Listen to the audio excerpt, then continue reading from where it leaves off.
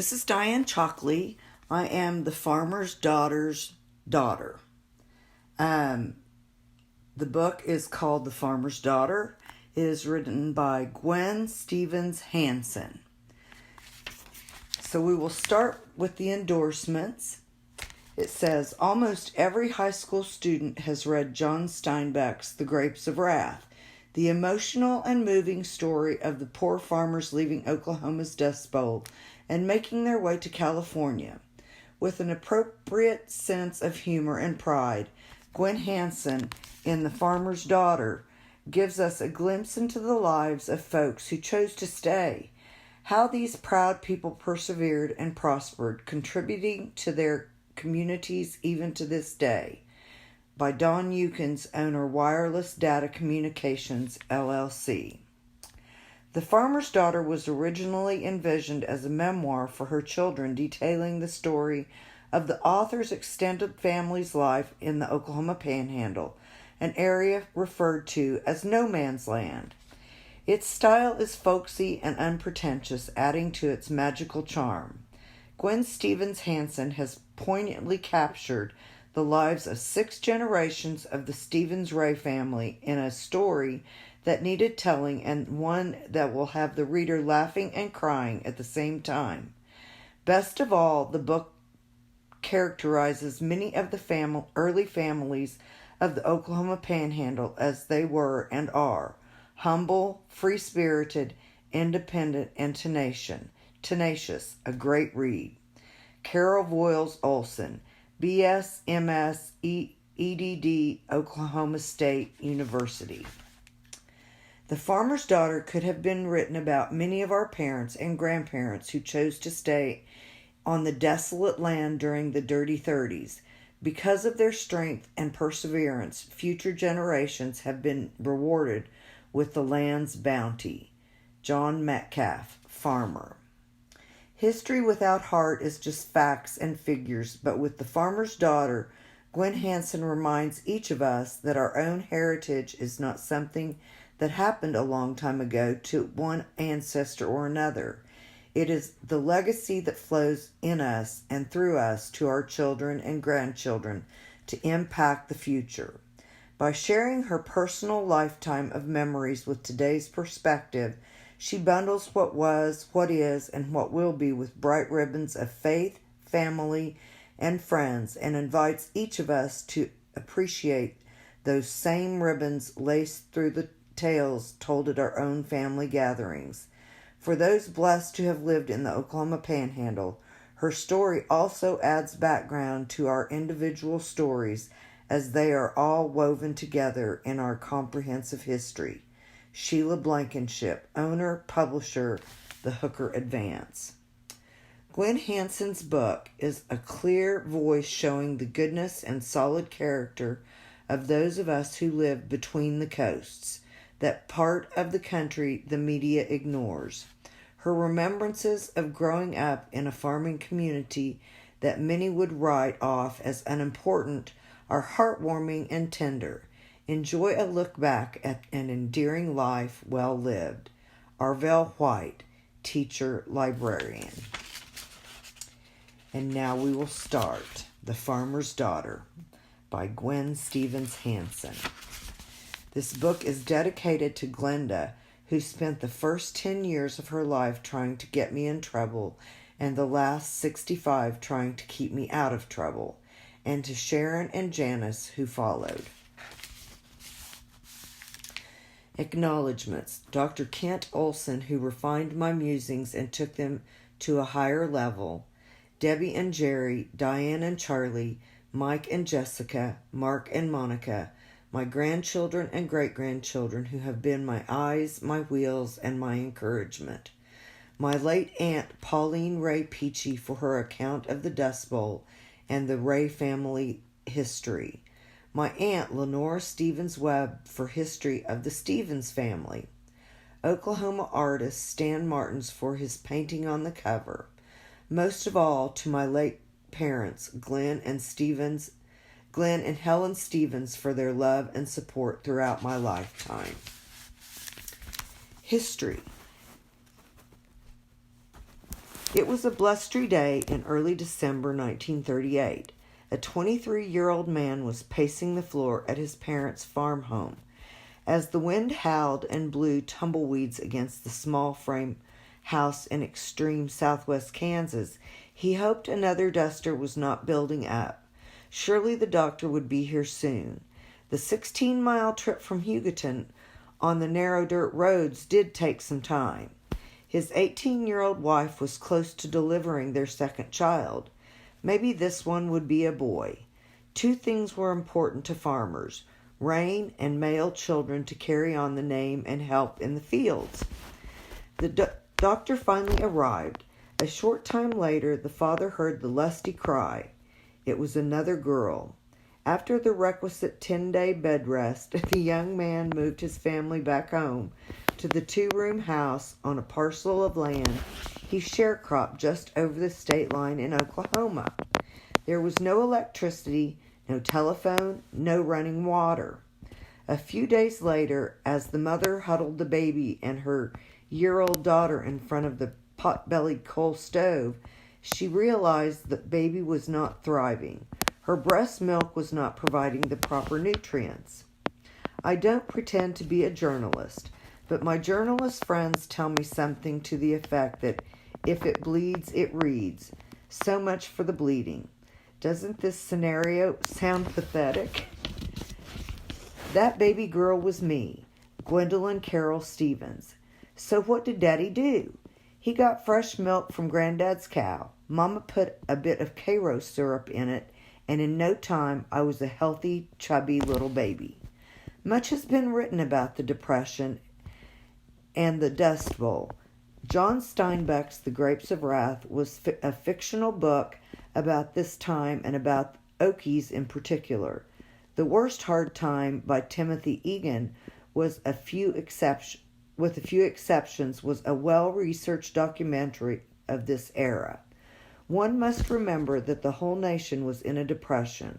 On top of that, we had dust storms and deflated farm prices, reason enough to leave, but most didn't. Very little has been written about the faith, strength, grit, and determination of those like my family who chose to stay in this area despite the obstacles. Hopefully this book will help to explain why and to set some of the record straight. The Oklahoma Panhandle and its surroundings have been given the name No Man's Land, implying that no man would choose to live here. Granted, you would be hard-pressed to find many Brooks Brothers suits in this vicinity.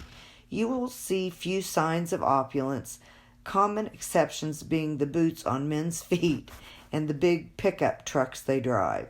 To my knowledge, none here have made the Fortune 500 or the Social Register, but many of those who chose to stay on the land have accumulated a pretty hefty net worth.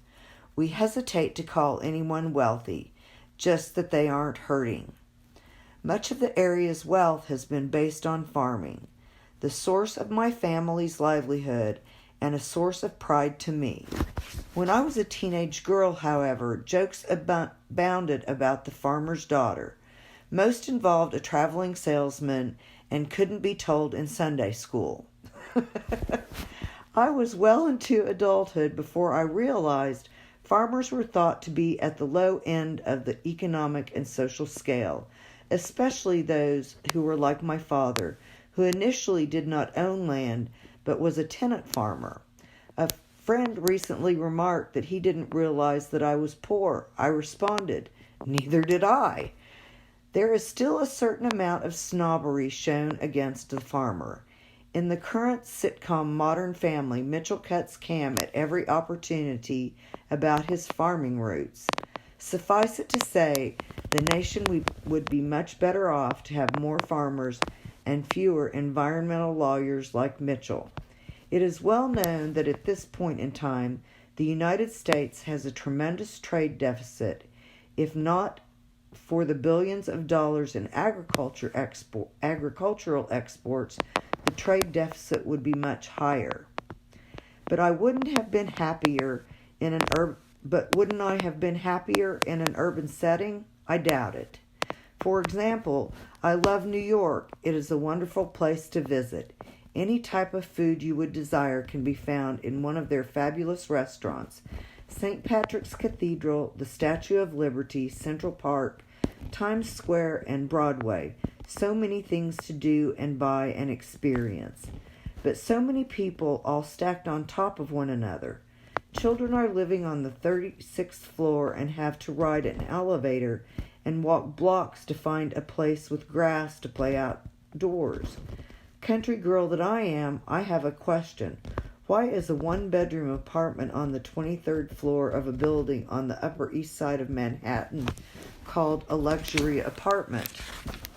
And you still have to pay $600 a month for a place to park your car, if you have a car. Why then is my 3-bedroom, 2-bath house with a double attached garage and approximately 10,000 square feet of grass located in Hooker, Oklahoma, called a modest home? Go figure. History, the Rays. John Ray moved into southwest Kansas in 1910 following Margaret Maggie Brown, a young school teacher, to Stevens County. They were married in June of the same year. In September, they bought their first quarter of land butted up against the Oklahoma Panhandle. Every 2 years saw the birth of a new daughter. My mother, Helen, was the 5th and last, born March 17, 1920. 7 years later, their only son was born. Granddad farmed and raised registered shorthorn cattle. Their life was good, and they purchased more land. Their bountiful table was covered with linen tablecloths and properly set as Grandma attempted to teach her brood manners. She believed in the value of education, including music. Mama played the violin, and there was a piano in their home. Childhood education in the country was provided by the local township's school. The states divided land into sections and townships. A section is 1 square mile. A township is 6 miles by 6 miles, encompassing 36 sections. Students attended the township school for the first 8 grades. If they chose to attend high school, they would board in town because there were no school buses. Mama boarded in Hugoton, Kansas, her freshman and sophomore years, but she had to withdraw from high school her freshman when the climate and the depression made it impossible for Granddad to pay for her room and board. The bank had foreclosed on his registered cattle, and what that was cut was sold for maybe 20 cents a bushel. The good life was only a memory. Grandma and Granddad had chickens, so there were eggs and chickens to eat. Mama remembers asparagus growing in the spring, and a vegetable garden was always planted and watered from the well that had been dug on their place. Mama looked forward to Christmas because she would get an orange and maybe a piece or two of candy. Times were hard. There were instances of people dropping their children off to fend for themselves because there was simply not enough food to go around. Family friends of my grandparents took in a young boy who was abandoned and raised him to adulthood. He became a respected and productive citizen. History, the Stevenses. In 1898, my great-grandparents, Milton and Ida Showalter Stevens, were advised by the doctor to move to a drier climate for their daughter's health. They moved as far as Liberal, Kansas. In 1903, they moved 10 miles south to the Oklahoma Panhandle and squatted on 2 40-acre tracts. They drilled a water well and dug a reservoir for watering their cattle. They named the ranch the XL Ranch, and their brand was XL Bar. The historic Hitch Ranch would water about 500 head of cattle there each spring and fall as they moved them between the Beaver and Cimarron rivers. The cowboys would spend the night at the ranch and entertain the family with their singing and fiddles, guitars, and banjos. Milton A. Stevens applied for a homestead patent on 160 acres in August 1907. Haven H. Stevens and Callie Bell Reese, my grandparents, were both born in 1895. They were married June 15, 1913. My father, Glenn Richard Stevens, was born May 3, 1915. Granddad had contested a relinquishment for a quarter of land bordering Oklahoma in Stevens County, Kansas. He and Grandma and the 2-week-old baby moved in with neighbors until they constructed a 2-room house on their new land. They later acquired a quarter of land in the Oklahoma Strip just to the south. Granddad and his father and brothers also drilled water wells. They drilled the first city water wells in both Hooker and Guyman, Oklahoma. Their other child, Lenora, was born in 1924. Grandma Stevens was a tiny woman. She wore size 5 shoes and was not quite 5 feet tall. Being the best baker in the county, she spread out to be almost as wide as she was tall. Granddad farmed with a team of horses until he bought a used lug-wheel tractor around 1930. They planted and tended a vegetable garden and had fruit trees. They butchered cattle and pigs in the winter when the carcasses could be kept cold hanging on the windmill. Daddy attended the Voorhees school in his township. He would ride his horse to school, tie him up for the day, then ride home. One day the horse spooked and threw his head back and knocked some of Daddy's teeth loose. The dentist pulled them with no anesthetic. Until the day he died, you almost had to hog-tie him to get him to a dentist. Daddy finished 8th grade at his country school and then boarded in Hugoton for high school. To help pay for his room and board, he cleaned the pool hall. Years later, when he was about 75, his son-in-law got a new pool table and issued a challenge. "How about a game of pool, Glenn?" At Daddy's turn, he cleared all the balls from the table as his son-in-law looked on in disbelief. Daddy brushed the chalk from his hands and racked his cue. "I made my living playing pool when I was in high school." The Dust Bowl came along with the Depression. Granddad sold his wheat for 20 cents a bushel. A 50-bushel wagon of Milo would bring $4. Eggs were sold for 5 cents a dozen. They also sold cream in 5-gallon cans. Money was scarce, though, and Daddy had to quit school. 2 years later, he was able to go back and finish high school in 1935. The Dust Bowl. I am indebted to my late Aunt Pauline Ray Peachy for the onion skin carbon copy of her account of the Dust Bowl found in my parents' house. Following is Aunt Polly's memories in her own words.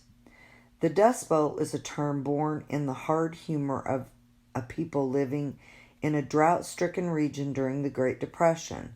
The Dirty Thirties was a decade of extremes: blizzards, tornadoes, floods, drought, and dirt storms. It was the 1930s. The Cimarron River got out of bounds several times during the drought years and took out the only bridge in Stevens County, Kansas. The decade opened with unprecedented prosperity. In Guyman, brick pavement was replacing dusty streets. Texhoma was completing a new sewer system. Boise City was issuing 1 building permit a week. Rolla, Kansas was enjoying the fastest growth rate in her history. Springfield was building a new hotel, while the rest of the nation floundered in the mire of the Depression. The panhandles of Oklahoma and Texas were labeled the most prosperous region by Nation's Business magazine. Railroad construction was occurring everywhere. The Santa Fe built a line from Amarillo to Boise City. The roadbed from Perryton to Spearman was extended to Morse. The Beaver, Meade, Englewood constructed a line from Hooker to Keys, and the community of Eva moving to the tracks and began work on a grain elevator, gas station, church, post office, and stores. Highways and tourist trade offered an alternative if the railroads didn't do the trick. Highway 54 across Kansas, the Oklahoma Panhandle, and Texas was being surveyed, and construction started in 1930. Other highways were planned to join several state and country roads, which would make heretofore inaccessible areas and markets more accessible. Maybe farmers proved to be too efficient because it was at this time they started producing too much grain. Since this was a problem never before experienced, what to do with the surplus became a heavy burden. It was such a problem that the Congress, going on the biblical 7 good years, 7 lean years theory, passed the Agricultural Marketing Act, in which the government would buy the surplus in good years and sell it in bad years. This was supposed to stabilize the price and assure the farmer a fair return. What it did was encourage more wheat farming. This government act encouraged yet another phenomenon, the suitcase farmer. The suitcase farmer came in from other states a couple of times a year to work the land and sow the wheat. He would not return until harvest. Wheat was everywhere, in the elevators, on the ground, in the road.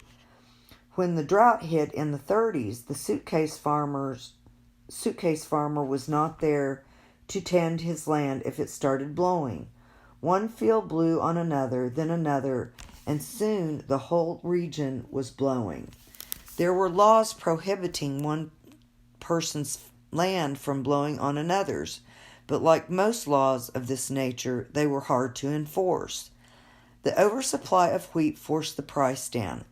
The price dropped from 68 cents a bushel in July of 1930 to 28 cents a bushel in July of 1931. Many farmers went broke. Some simply abandoned their land and moved elsewhere to try to make a living. The fall of 1931 was so dry that many farmers chose not to even try to dust in a wheat crop. With the advance of hard times and dry years, the farmers concentrated on survival. Many increased their milk herds. The cream was sold and the skim milk fed to the calves that had been broke to drink from a bucket, or it was fed to the pigs or chickens. The cow, hen, pig farmer was in most cases able to survive, but it was a strain. I can remember my mother crying because she thought they surely would lose their farm. During the dry years, feeding the cattle became a problem. When normal crops failed, thistles were harvested.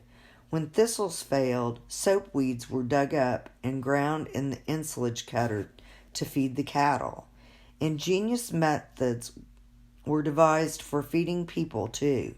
Colleges such as Panhandle A&M in Goodwell, Oklahoma, and Kansas State University experimented with numerous whole wheat recipes, including hot and cold cereal, cookies, and macaroni. Dad had his own way of reducing the surplus. He and his family eat bread. Lots of bread. The Ray family never went hungry.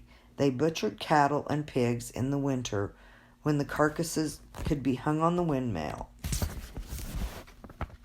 In the summer, they had chickens. The chickens were caught, killed, scalded, plucked, and cut up for frying on the same day they were eaten.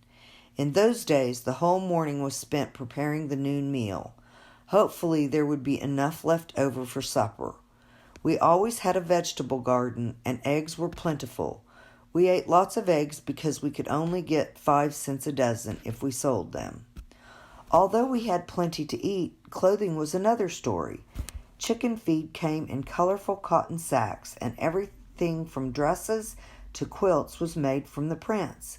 If one girl outgrew a dress, it was handed down to the next. One of my most prized possessions is a quilt made by my mother from chicken feed sack scraps. Flour sacks were made into dish towels, most embellished with colorful and painstaking embroidery. It was in April of 1935 that the granddaddy of all rollers hit. The morning had been beautiful. People cleaned house. In those days, you cleaned house every time the wind stopped blowing. Northwest of Hooker, a big rabbit drive was in progress. They were about to drive the rabbits into the trap when it struck. Silently, it rolled in, the birds trying to keep ahead of the 60-mile-an-hour wind. Everything, man and beast, was plunged into total darkness. The rabbits ran squealing among the people. After about 30 minutes, the storm let up and people made their way home. It was said that a railroad crew near Dalhart hurried to a priest and made ready for the end. Legend has it that a songwriter in Pampa, Texas, Oklahoma's Woody Guthrie, composed "So Long It's Been Good to Know You" as the storm threatened his existence. Today there would be a big bowl from all the Save the Animal groups if a rabbit drive were held. Back then it was a matter of survival. It was either them or us. It was not unusual to kill as many as 2,000 rabbits if a section was surrounded, and as many got away as were killed. When cornered, they were clubbed to death. This was not too humane, but the rabbits were eating our crops into the ground. That many rabbits could destroy a field in no time. There were drives where guns were used until a neighbor boy was killed, and that practice stopped in our community. It was in 1935 that our dust storms attracted national attention. Horror of horrors, the dust had drifted as far east as New York City.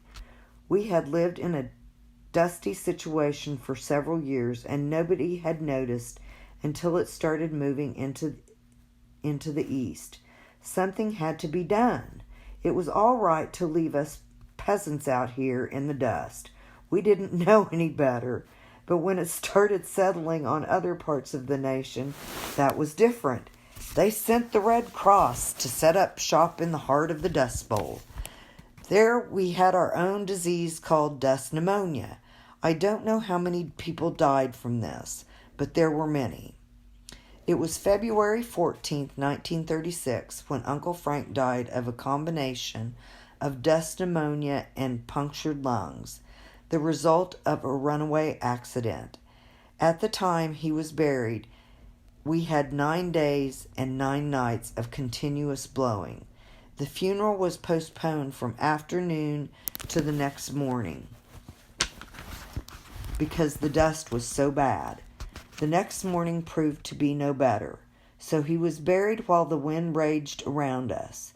You couldn't tell whether we were black or white when we left the cemetery. At that time, the funeral home had 4 other dust pneumonia victims waiting to be buried.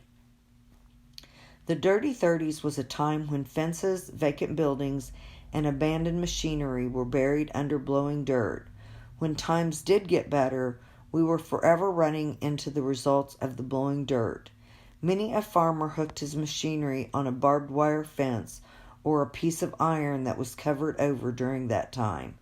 It was a time when cars dragged chains to ground them so they wouldn't stall out from the electricity in the air. It was a time for Bonnie and Clyde to hide out in Stevens County.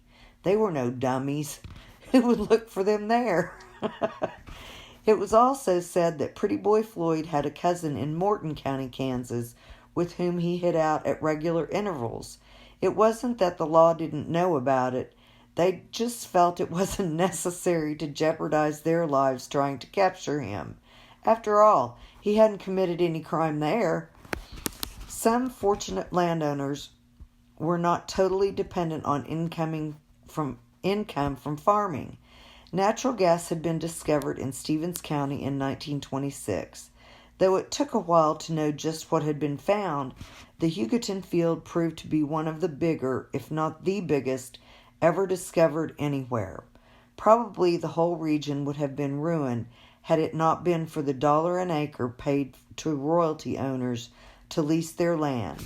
That $160 per quarter helped many farmers to hang in there and keep farming. The discovery of gas proved to be both a boon and a curse. A curse in the sense that companies leasing the land literally wrote their own contracts, and the contracts certainly favored the gas and oil companies. The royalty owners at that time didn't even bother to read the fine print. They just signed. Some gave away half their royalty just to get a well and free gas piped into their homes. It was a struggle at that time to buy coal to heat in winter. You who have never lived through bad times cannot know the utter desperation felt at that time by people who were literally trapped here by blowing dust and poor crop years. There were 139 dirty days in 1933. Paradoxically, where the dirt was blowing, the wind increased in intensity. No one ever explained that to me. During 1936, the number of dust storms increased and the temperature rose to 118 degrees that summer. In 1937, during the hot and dry weather, the grasshoppers laid millions of eggs. The newly hatched insects became a critical threat. Farmers put out poison throughout the fields, but the grasshoppers still did a lot of damage. By 1938, things were starting to improve, but it was still the year of the snuster, a mixture of snow and dirt. This storm caused a tremendous amount of damage. The amazing thing about the whole decade is that there never was a complete crop failure. Though the yield was down, and one year we got the total sum of 4 inches of moisture, the land never completely abandoned the people, and the people never completely abandoned the land. The early years. I have had a few disappointments in my life.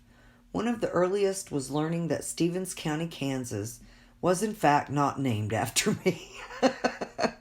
It was here long before any of my family.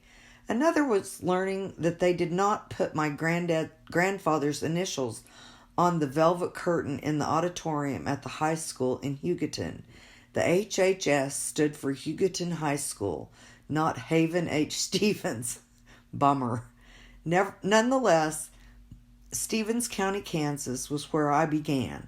It was also where my parents met. Actually, Gwen Stevens and Helen Ray lived only 3.5 miles apart as the crow flies, but did not meet until she was 14 years old. I have no idea when they started going out or how long they courted, but they ran off and got married in 1936, when she was 16 and he was 21. In the midst of the Depression and Dust Bowl, but he made her an offer she couldn't refuse. There would always be Velveeta cheese in the icebox. Daddy was sharecropping a quarter of land in the Oklahoma Strip. He farmed with a team of horses and a 1-row plow. Though times were hard, Daddy told Mama they would be okay because he had an outside job paying $1 a day and she cleaned houses for $3 a week. Their landlord wanted them to buy the quarter for $800, but it might as well have been $1 million. There was no way. There were sandhills close to our house, and in Daddy's spare time, he would wander through them and find an occasional Indian arrowhead. He learned he could sell them for a few dollars. He might go days hunting but come up empty-handed. He found an ad in a magazine where you could order arrowheads from a reservation. He would order them, mark up the price, and make a little bit of money on the transaction. An oversupply of coyotes was destroying the livestock and chickens. This prompted the government to put a bounty on coyote hides. Daddy was a crack shot and supplemented their income by killing coyotes. In later years, he took rabbit ears in for the bounty. He did whatever it took to put food on the table and coal in the stove. Their home was a lonely, weathered 2-room house, standing alone on the prairie with no outbuildings and no trees. A coal stove in the center of the living room kitchen provided heat. Water was carried in from the well, and wood was cut from Granddad's trees for the kitchen stove. The furnishings were sparse and crude: an old oak table, an iron bedstead, and a couple of apple crates, one of which held Daddy's precious school books. They had an old wooden ice box that required a block of ice from town on a regular basis. The one exception was a beautiful chest of solid cedar that Daddy had made in high school woodworking class. It held a place of honor in their humble home. It was in this house that my sister Glenda lived as the only child from late October 1937 to December 1938, when I was born. Despite the fact that the young couple had 2 small children and almost no money, it never occurred to them to ask for government help. If help had been available for paying utility bills, it would have been of no use. We had no telephone, no running water, and no electricity. Daddy was busy in the fields, and Mama cooked 3 meals a day on the wood stove. She did her laundry on a washboard and hung the clothes on the line. All clothing was ironed with a flat iron heated on the wood stove. She churned the butter and made the lye soap. If a peddler came by with a bushel of peaches, Daddy would buy it, and Mama had to can them before they spoiled. This gave Glenda and me some freedom. We found a hammer that made lots of noise and neat little dents in the cedar chest. It was fun until we got caught and our britches dusted. No timeouts for us. Our parents believed in corporal punishment. This wasn't the only time I got in trouble. Some preachers say you are born in sin. I don't know about that, but I think I was born in trouble. The winters were cold and windy in the panhandle of Oklahoma.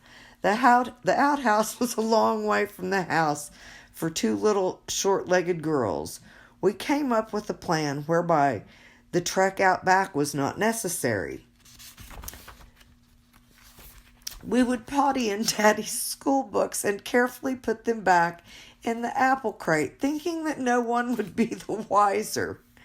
Mama had a good nose, however. She finally located the odor, and, once again, we were turned over her knee and spanked. Mama's nose also foiled our well-laid plans not to eat the detested cabbage in our stew or the cornbread served with it. We stashed it on the leaf under the oak table. Although we were able sometimes to stay a step or 2 ahead of our teenage mother, Daddy was another story. If he asked us to jump, we asked, "How high?" Mama did her best to teach her little daughters to be ladies. She would drag in the galvanized tub, carry water in from the well, heat the water on a wood stove, and attempt to teach us the proper way to bathe. Wash down as far as possible. Wash up as far as possible. Then wash possible.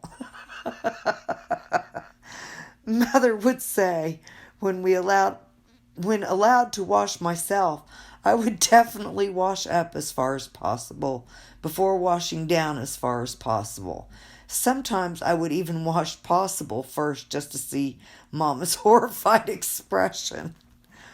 Although I don't remember it, when I was almost 3, Pearl Harbor was bombed. I do remember, however, that supplies were limited and several necessities required ration stamps to purchase, especially tires, sugar, and coffee. War bonds were bought if there was any extra money. It was a very patriotic time. Our servicemen were treated with honor upon their return, if they returned. High school bands played the marches of John Philip Sousa. You stood and saluted the flag. You were proud to be an American. I also remember vividly one breezy day in March 1943 when I was 4, and Daddy bundled up Glenda and me and took us to his parents. We loved to go there. They spoiled us unmercifully, and we knew how to work them. Aunt Lenore came home, as usual, after she finished her day at the bank. But something was different this time. She and the grandparents kept saying something about a new baby wanting to know if we wanted a boy or a girl. What a ridiculous question. A girl, of course. Who would want a boy? We need not have worried, of course. It was a girl. Mama had given birth to Sharon at Mrs. Hanner's nursing home in Hugoton, where she would stay for 10 days. Our parents were moving up in the world, no more birthing at home. To have 10 full days of indulgence from our grandparents and Aunt Lenora was heaven. When Daddy came to pick us up, we didn't want to go back to our 2-room home. We went to a huge house with our meager possessions already there. We were going to live there. Oh my goodness! A large living dining room, a kitchen, and a bedroom on the ground floor. Behind the door, there were stairs. I am not sure we had ever seen stairs. After running up and down until we were exhausted, we discovered there were rooms upstairs. In one was a bed for Glenda and me.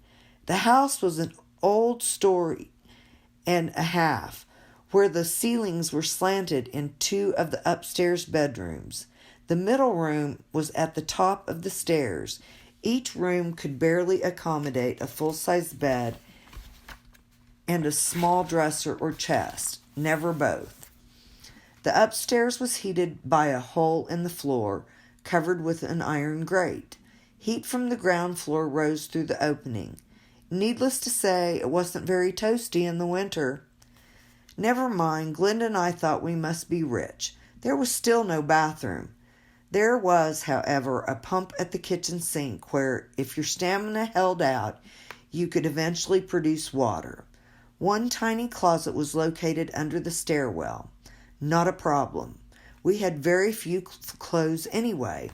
On a wall in the living room was a huge wooden telephone. If it rang 2 long rings and 3 short rings, that meant someone was calling us. If you wanted to call somebody, you would turn the crank on the side of the telephone, and Central would ask, "Number, please."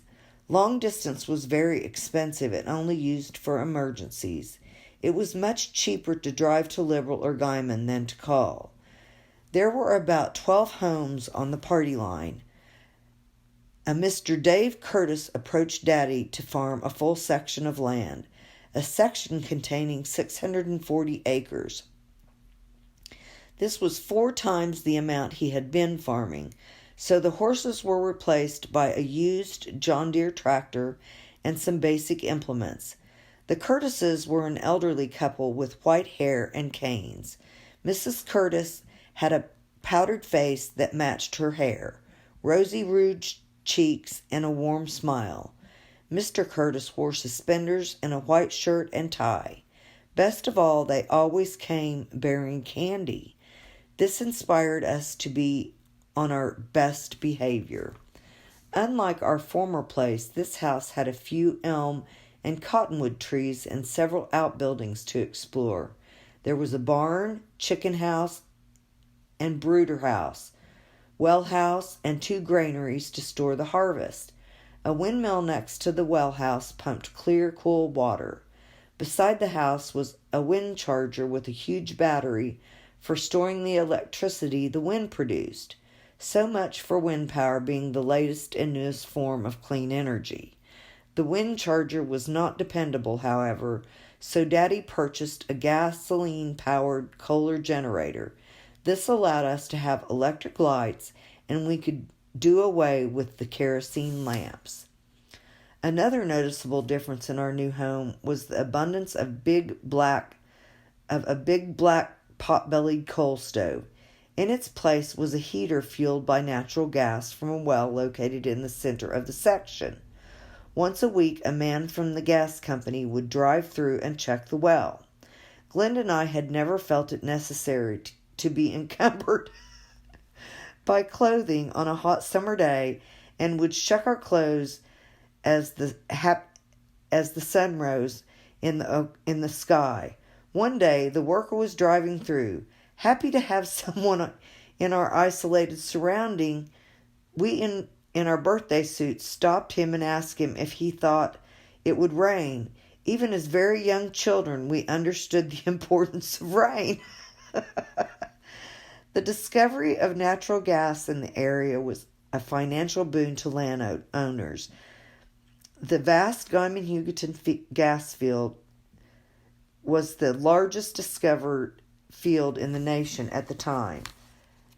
Those who owned land signed leases for 1/8 of the wellhead production under their land and a small leasing payment. Most leases were signed in the late 30s and early 40s as people were struggling to come out of the Depression. The lease payment and monthly royalty checks were godsends. Surrounding our barn was a barbed wire fence for livestock. Daddy poured a big cement cow tank and purchased a few registered milking shorthorn cows. Glenn and I soon discovered the cow tank made a great swimming pool despite the green moss clinging to the sides of the tank. A recent theory is that children today are kept in such clean environment that their bodies don't know how to fight germs. We have always said that the reason we are so healthy is because of the chicken poop we dared one another to eat. The moss in the cow tank probably also contributed to our healthy immunity.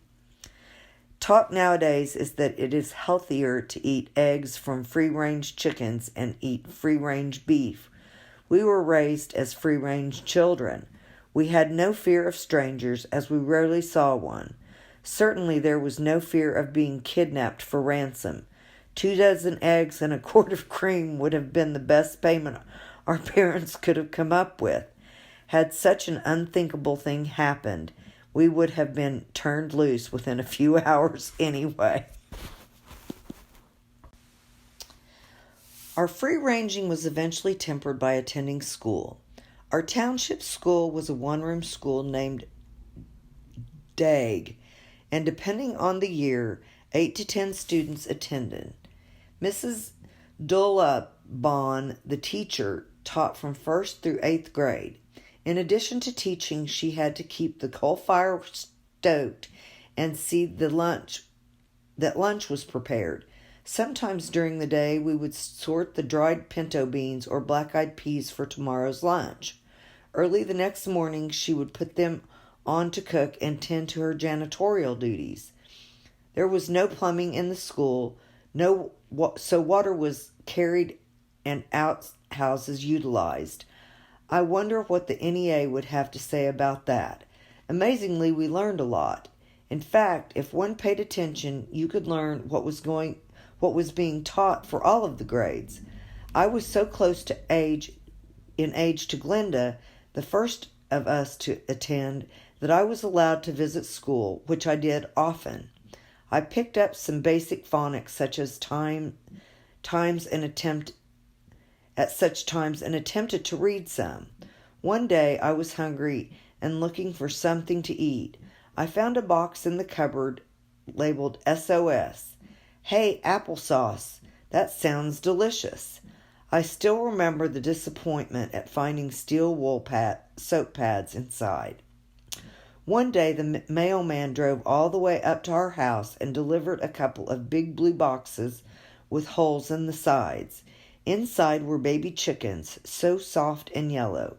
They were put in the brooder house until they were big enough to be moved to the chicken house. Most were butchered for food, but some were kept for eggs. To start off so soft and cuddly, somehow I never bonded with adult chickens. One of my duties was to gather the eggs. I was petrified of the big beady-eyed hens that pecked my hand when I reached for the eggs. My granddaughters recently were complaining about the price of a dozen eggs.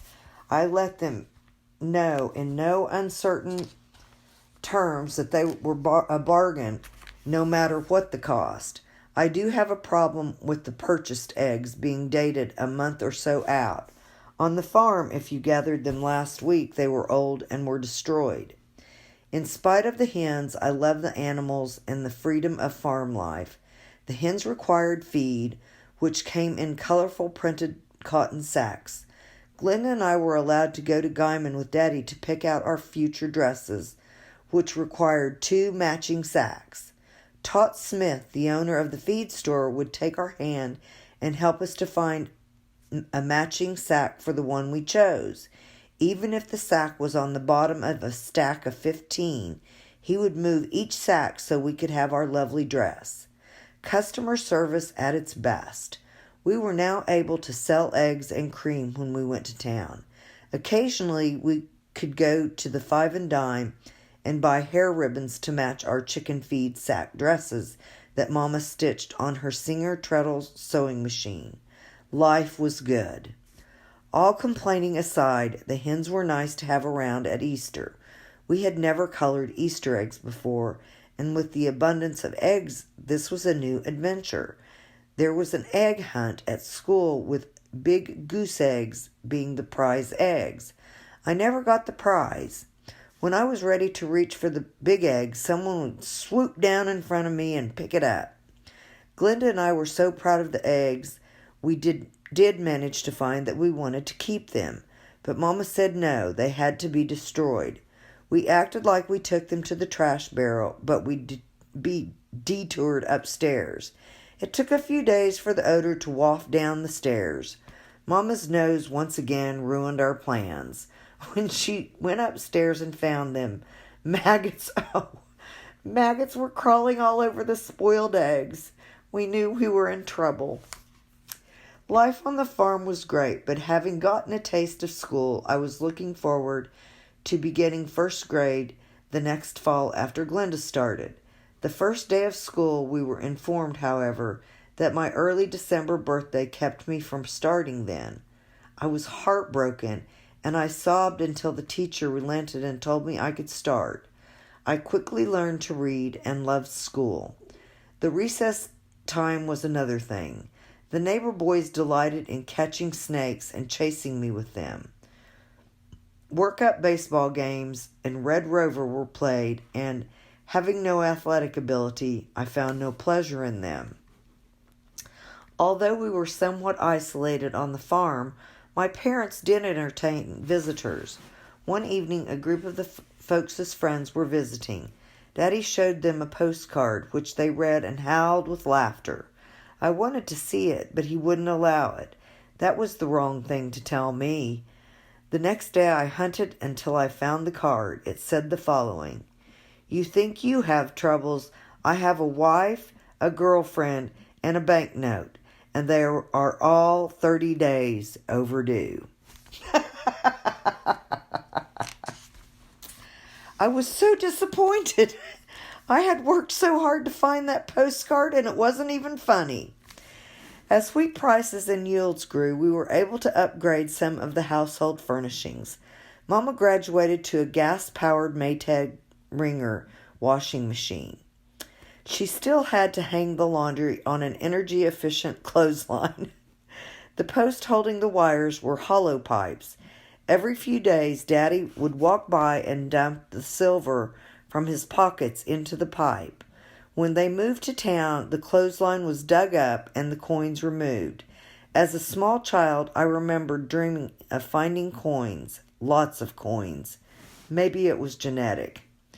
Although my folks entertained visitors and we also visited neighbors, our social life revolved around the one-room school. We had box suppers where the ladies decorated boxes and filled them with food. The men paid for them and ate with the owner of the box. The men always tried to find out who brought each box so they could buy the one brought by the best cook.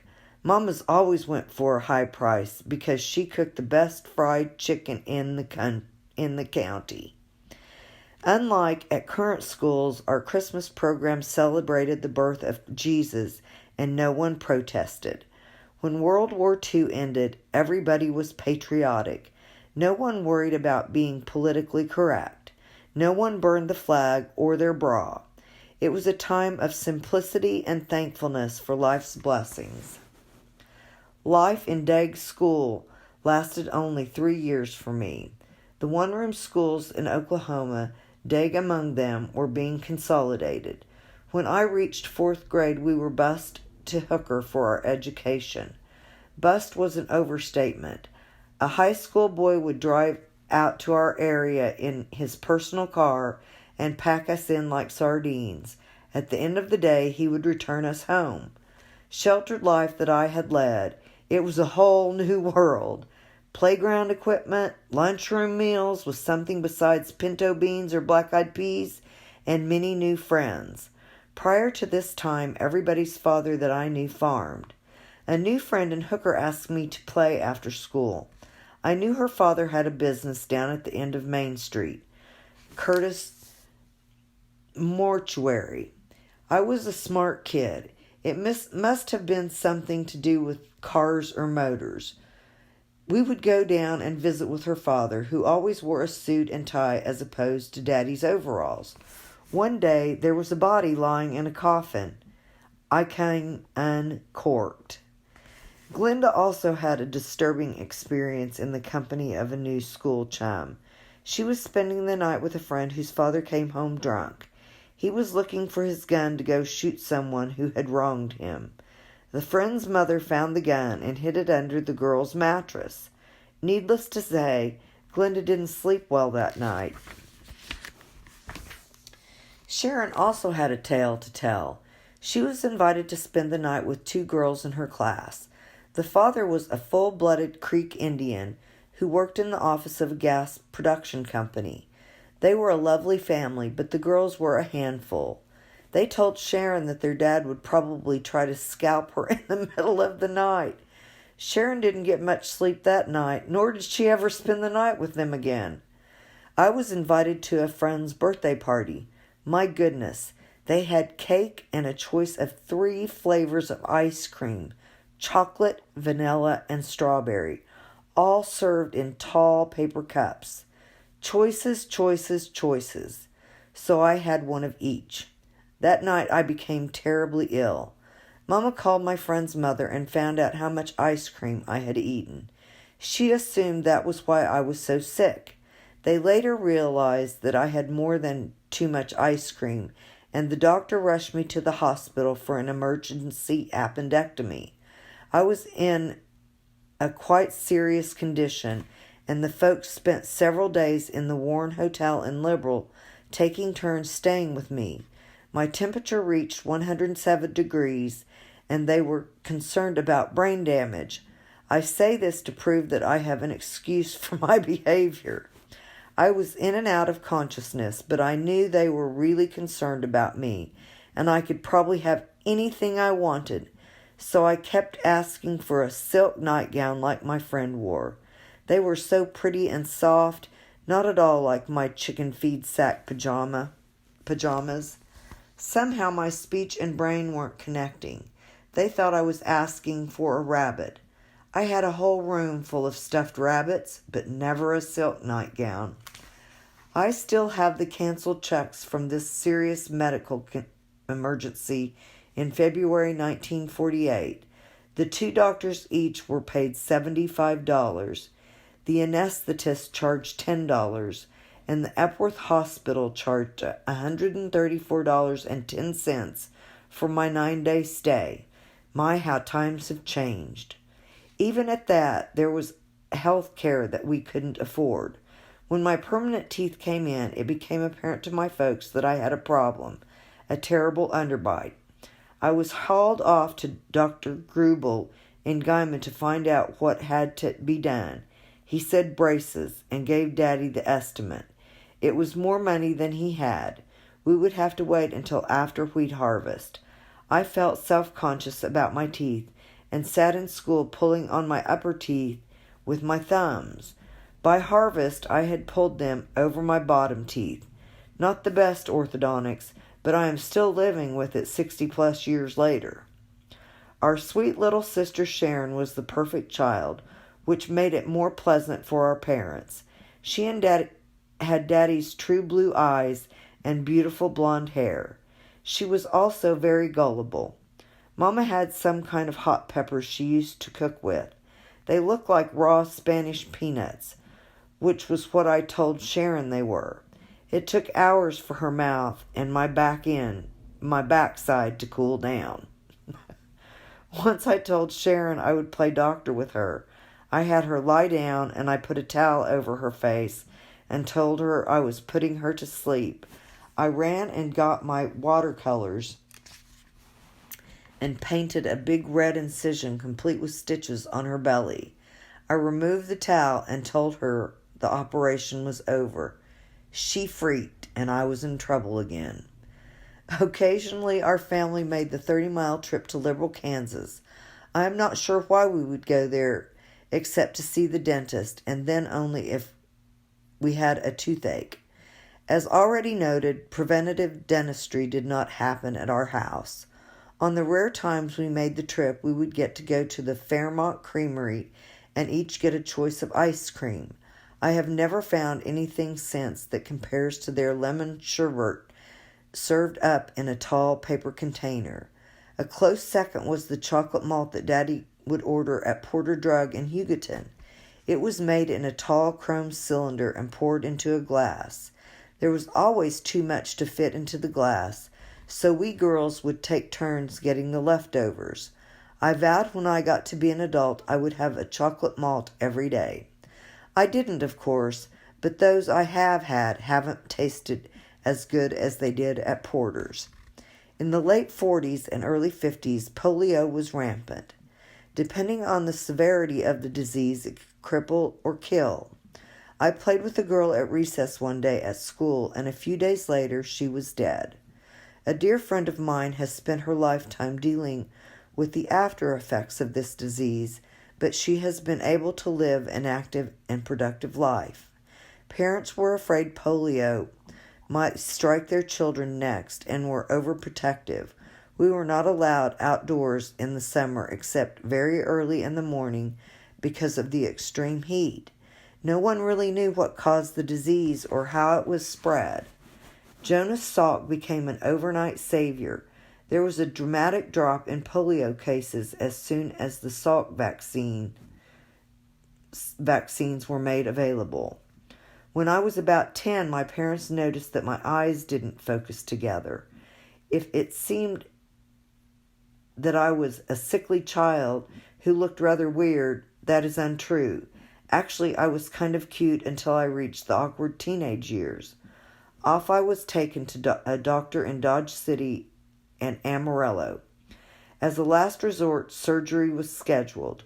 My eyes were bandaged, and I was sent home with strict orders not to remove the bandages or use my eyes at all. A nice neighbor lady brought flowers from a florist. I knew that the flowers would be gone by the time I took my bandages off, so I would lift the bandages for a peek every time I walked by until I got caught. It was quite boring to sit around and not be able to do anything, so I peeked under my bandages and climbed on top of the chicken house. A few minutes later, I heard Mama calling, "Gwen! Gwen!" I could hear the fear in her voice. Her poor little daughter, who couldn't see, was lost. I didn't answer until she was totally frantic. She found Daddy to come and get me down from the chicken house roof, which was ridiculous. I got up there, and I could certainly get down. I thought it best not to volunteer this information. Several trips back to Amarillo to see Dr. Murphy followed.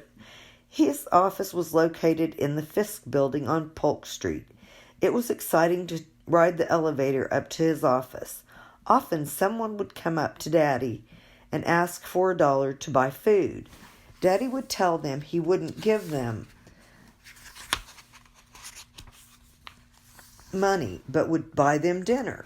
I wondered why he wouldn't give them the money. He had $1. I had seen it. He told me they would buy liquor if he gave them money, but if they were hungry, he would feed them. I remember only one man taking him up on the meal. Daddy told him to order anything he wanted. He ordered a roast beef dinner, which he almost inhaled. Daddy then asked him if he wanted dessert. He grinned and ordered a piece of pie with ice cream. He was so humbly appreciative. I will always remember him. He was a gentleman with no legs who always sat on the sidewalk on Polk Street. His fedora only partially shaded his eyes from the blistering sun. He sold yellow pencils with pink erasers. We bought lots of pencils. For a sheltered farm girl who had not seen human hurt. This really bothered me. Daddy decided to plant registered milo to sell for seed. There could be nothing foreign in the seed. Glenn and I would walk the field with our hoes and chop down the tall plants called bastards and the weeds. The fields did look beautiful, and Daddy sold the milo for a premium, but I think I still have the calluses on my hands. Each year we would order about 100 baby chicks to feed. These would grow up and have to be butchered.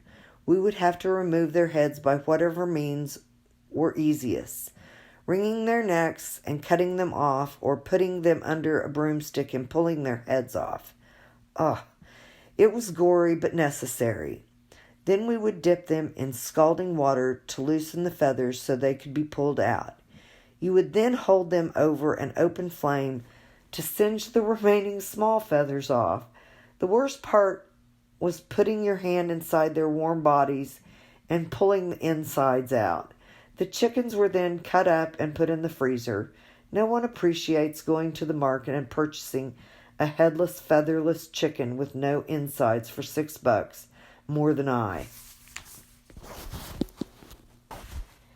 At a chicken killing time, I wondered why I had to live on a farm, that is, until I got a horse to ride.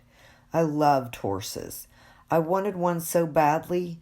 While spending the long summer afternoons herding cattle as they grazed on the wheat or the green vegetation in the ditches, I would almost close my eyes and make a distant object into a wild horse that would gallop up to me. Of course, at that point, he was no longer wild, but so gentle and so perfect. I always had what I needed as a child, but once didn't happen very often. Daddy thought of horses as farm implements and saw nothing recreational about them. That was probably from looking at the back ends of them as he plowed the fields. I imagine my surprise when I came home one day and found a saddle in his pickup truck. I ran to the barn and found Blizzard, a solid white horse with blue eyes, the most beautiful horse in the world. I was in heaven. We were inseparable for years. One of the nicer things about living in the country was being allowed to drive as soon as our legs could reach the gas pedal. I was driving the old red pickup to my grandparents' house at the age of 10. One day I got stuck in the sand. I turned the engine off and got out and dug the sand out from under the pickup and went on my merry way. There was seldom any traffic on the country roads where I lived. Most roads were just 2 tire tracks in the vegetation. Although we could always see vehicles approaching from quite a long distance, those coming by foot was a bit different. Word was going around that a band of gypsies was in the area. Items had been stolen from homes as well as eggs and chickens. Few people locked their houses, mostly because they couldn't. All had the same type of security system, a big dog. Late one night our dog started barking, and it became more intense by the minute. Daddy got up without turning a light on, picked up his big, high-standard .22 pistol, and laid it on the washing machine. He flipped the porch light on and opened the door. The yard was full of gypsies. Daddy told them to come and talk to him. He fingered the pistol as he asked them what they wanted. We were never bothered by gypsies again. The electric cooperative built lines to our remote area in the late 1940s. Daddy immediately bought a deep freeze so that we could butcher and have good meat and vegetables year-round. He also purchased an automatic electric washing machine for Mama. The canasta ladies whispered behind her back that her clothes could not possibly be clean. Mama also bought an electric mixer and electric iron so the egg beater and flat irons could be retired. It was about this time that Daddy built an addition onto the house for a bathroom and closet space. A garage was built for our car. We were moving on up. When I was 12, Mama got pregnant. She made it quite clear to Daddy that this was the last chance to produce a male child. We all adored Janice. She was almost like a toy to us. Daddy didn't seem at all disappointed. He was always so proud of his girls. As Glenda, Sharon, and I were in school all day, Janice had to find company. She had an imaginary friend named Marjorie. Janice had problems pronouncing her F's. She frolicked around the farm with her friend, Marjorie, picking flowers that were as imaginary as Marjorie. She also loved for Sharon's friend, Frederick, to visit. About this time, Mama and Daddy decided that we should become involved in a church. Mama had been raised in the church, but Daddy's family had never attended. We scouted around and finally decided to join the Hooker Methodist Church. From that time forward, Daddy was the first at church to turn up the heat or air conditioner, make the coffee, and see that things were in order before Sunday school and worship service. He continued to do this until his health failed, well into his 80s. My parents never had alcohol in the house. One summer, the family drove to Colorado for vacation. Mama bought a bottle of blackberry wine. Over the next 6 or so months, she drank the whole bottle. I thought she was going to hell in a handbasket. For our 13th birthday, we could choose a Madame Alexander doll. I rebelled and said I didn't want one. I wanted a BB gun. I wore the parents down and got a Red Ryder with a wooden stock. Really nice. I would go around the farm shooting at the birds on the telephone lines. One day a bird fell off, dead. I was heartbroken and put my BB gun away. In my adult years, I enjoyed porcelain doll making. I made them beautiful clothes and dressed my sisters, Madame Alexander dolls, and put on new wigs. I wondered why I was such a rebel and wanted a BB gun, which I hadn't seen since. I shot the sparrow. Hadn't seen since I shot the sparrow. When we were cleaning out our parents' house, I found a gun. I picked it up and heard the BBs. I found my gun! I found my gun! I yelled. It was in mint condition and still had the leather tie. My great-grandchildren loved to shoot with it. It is a treasured possession. In the 1952 presidential election, Republican General Dwight D. Eisenhower was elected. Shortly thereafter, the Korean War ended. A period of stability and peace had come to America. Under President Eisenhower's watch, the words, "Under God," were officially added to the Pledge of Allegiance. Certain factions have been trying to remove this phase since then. I pray they won't succeed. During the Eisenhower era, both Glenda and I attended high school and participated in extracurricular activities. Joining the band required the purchase of instruments, however, so that was out. Our music teacher, Mrs. Flanagan, taught us to appreciate music in spite of our less than perfect voices. While she was on maternity leave, a new teacher was hired. She was more selective about who was allowed to sing in her choir. Finding transportation to Oklahoma City, 5 hours away, was a bit difficult. The director told me that I could go if I would sing very softly and my mother would take a car. I was so excited until Mama threw a wet blanket on the idea and told me she didn't think so. I attempted to play basketball but spent the entire game on the bench until the last 3 minutes and only if we were 15 points ahead. I enjoyed acting and had parts in all of the plays and did well in speech contests. I found my niche in cheerleading. I was involved in 4-H and showed steers. I never enjoyed fringing the headscarves or baking the brownies, but I did love the livestock. Daddy let us have a commercial pen of steers a couple of times. The 4-H clubs in the county would take the Golden State train from Liberal to Kansas City to sell the steers. It was an exciting trip for a little country girl. I even got my picture in the Kansas City Star along with an article about the Texas County 4-H. I thought I was famous. One year I didn't have a steer to show, which meant I couldn't be excused from school for 5 days to show an animal. I asked Daddy if he would catch a chicken for me so I could spend the week at the fair. You must understand, Daddy drove a hard bargain, so I was floored when he came in and told me my chicken was in the cage and he would take me to Guyman.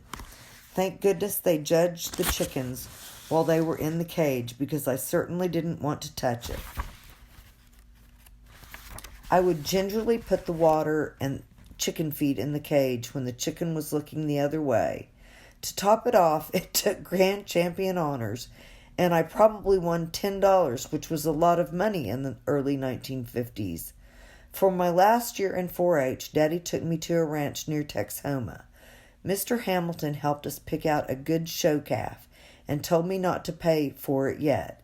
If I took Grand Champion at either show, he would give it to me free. That was quite an incentive. The steer had a high rump, so I spent hours with a rolling pin rolling it down. It worked. I took Grand Champion honors at both the fall show and winter show. The only problem was that I had to sell him at the auction. I led Curly around the ring with tears streaming down my face. Although I missed Curly, we still had cattle to care for. After our long-time herd bull had to be retired, Daddy ordered a young milking shorthorn with an impressive pedigree. He came by train to the station in a metal cage and was transported home in our pickup truck. To start off so sweet and adorable, he quickly grew up to be as mean as a junkyard dog. The sun glistened off his nose ring as he lowered his head and came at you with fire in his eyes.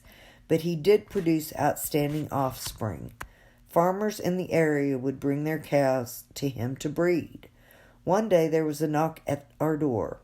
When I opened the door, an older farmer from our church politely removed his hat and asked me where we kept the mail. Confused, I said I supposed it was still in the mailbox down at the end of the drive.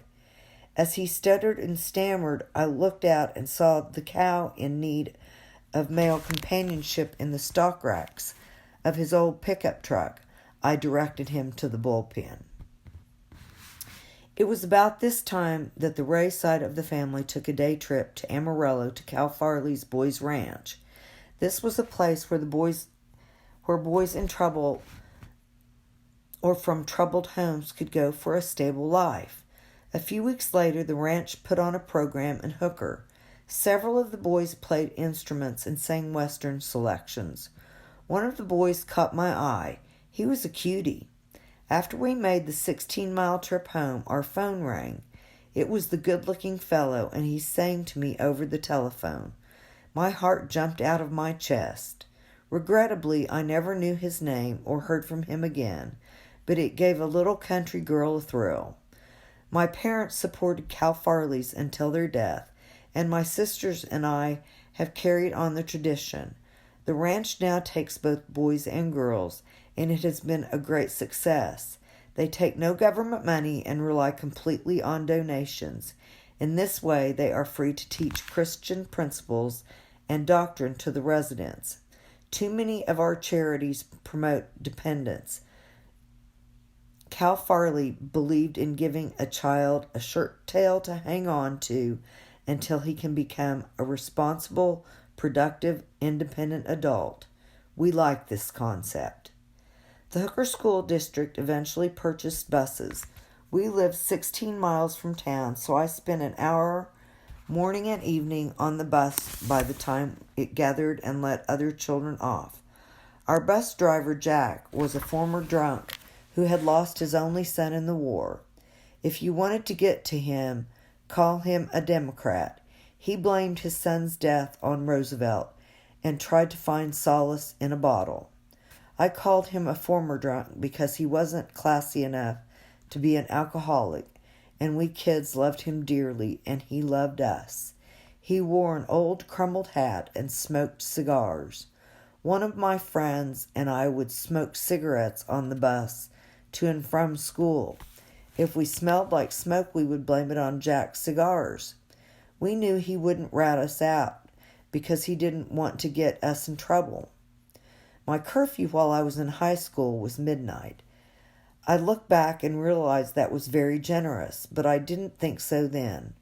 One night, a bunch of us kids went out to an old abandoned farm where there was a cellar with a huge wooden door.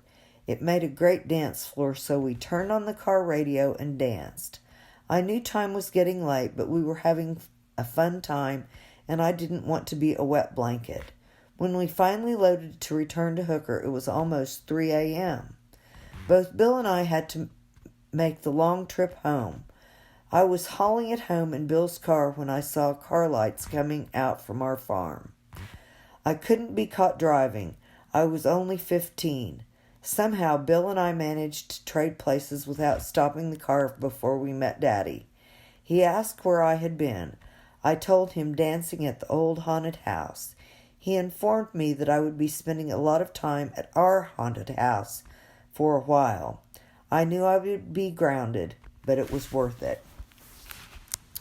Our police force in Hooker consisted of Dudley Smith, an older gentleman who wore Coke bottle glasses and suspenders over his ample belly. A police academy graduate he wasn't, but instead he had a heart of gold. We would hear of police departments in large cities bragging about many arrests of wayward teenagers. Dudley considered himself a failure if he had to make an arrest. His job was to gain their confidence and keep them on the right side of the law. Some of the kids tried his patience to the max, my future brother-in-law Bob being one. Years later, when Bob was a biology professor at Amarillo College, his phone rang. It was Dudley, who was in an Amarillo hospital with a terminal illness. "You made my life miserable when you were a kid.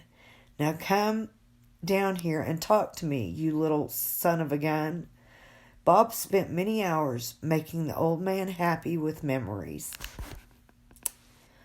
Our classes in school were small, and the teachers took a very personal responsibility for our education.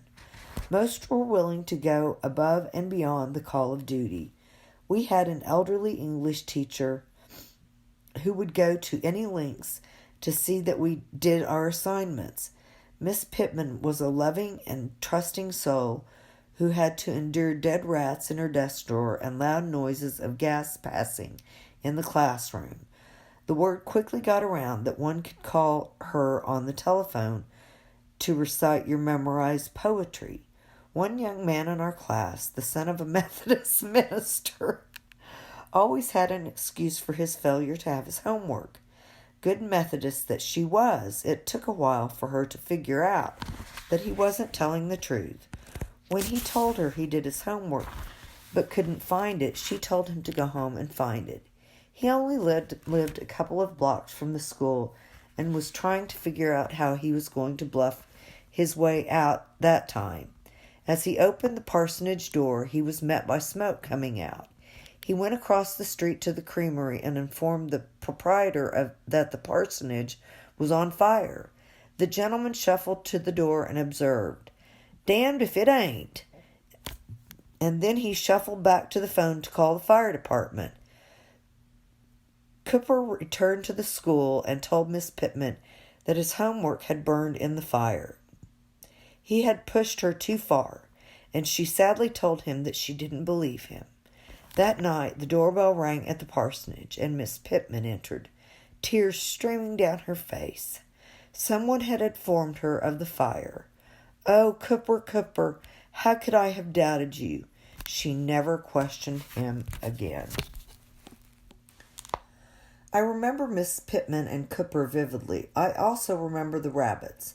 The Bible talks about the Lord sending locusts and frogs in ancient times. It seemed that he picked rabbits to be sent to the Oklahoma Panhandle in the 1950s. A rabbit can reproduce rapidly, and there were so many that the crops were being destroyed. Community rabbit drives were organized to lessen the problem. 2 sides of a field were fenced off with chicken wire, and people lined up on the other 2 sides and walked forward, thus driving the rabbits into a fenced-off corner. The people would then club the rabbits to death. I attended one such drive and quickly found out I didn't have the stomach for such an undertaking. The squeal of the rabbits as they were being killed was not for the faint of heart. And who could forget the music? Once a week we would have Teen Town in the Legion Hall. We would dance to such songs as Mr. Sandman, Cry Me a River, Only You, and Crying in the Chapel. We slow danced, and you could understand the words the artist was singing. We also had the junior-senior prom at the end of the school year. Our mother would prepare a delicious meal, and the junior class would decorate for a theme such as Evening in Paris. We wore formals, and the guys bought us a corsage. It was a sweet and special time. Speaking of Evening in Paris, this was the name of a perfume that was sold in any 5-and-dime store. It came in a blue glass bottle and could be detected at 50 paces. Every young lady in the 1950s has worn Evening in Paris. If she had kept the bottle, she could likely cash it in for several dollars. May 1956 eventually came. 27 seniors walked across the stage to accept their high school diplomas. Our class chose to travel to the Lake of the Ozarks for our senior trip. Upon returning, we scattered to go our different ways. Some were going to college. Some, like me, were getting married. Many were staying to help on the family farm. Others to start their lives' careers or go into the military. The Hooker High School class of 1956 was going out to make its mark in the world.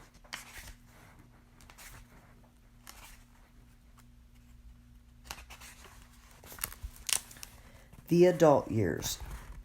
Walter Ray Hanson, Ray, came back to the States in September 1954 at the age of 23. He had been with the U.S. Army in Korea for several months. As with all servicemen and women who returned from serving their country, he found that his world had changed. He also changed his perspective of the world. You and I can talk about and study war forever, but unless we have been there, we don't really know what it is. The devastation of lives and property and the utter loneliness is incomprehensible. Ray killed a man for stealing gasoline as he was ordered to do. He could never wrap his mind around the fact that he took a life for something as menial as a 5-gallon can of gasoline. Still, he knew he was one of the lucky ones. He had both arms and both legs. You did not awaken Ray gently. You needed to use a broomstick or some such lengthy object, or you risked getting decked. He had nightmares of war for years after his return. Even so, he was proud of his service to his country and said he would do whatever it took to keep war from United States soil. Ray liked cars, especially new cars. He had sold his classy black Chevrolet convertible when he left the States for Korea. One of his first stops upon returning was at Voiles Motor Company in downtown Hooker, where he purchased a new 1954 Ford. A few weeks later, the 1955s came out with a new model, the Ford Fairlane, a showy two-tone with chrome strips. Ray immediately bought strips for his car and had it two-toned. In those days, the job you left or an equivalent one was made available to you upon your return.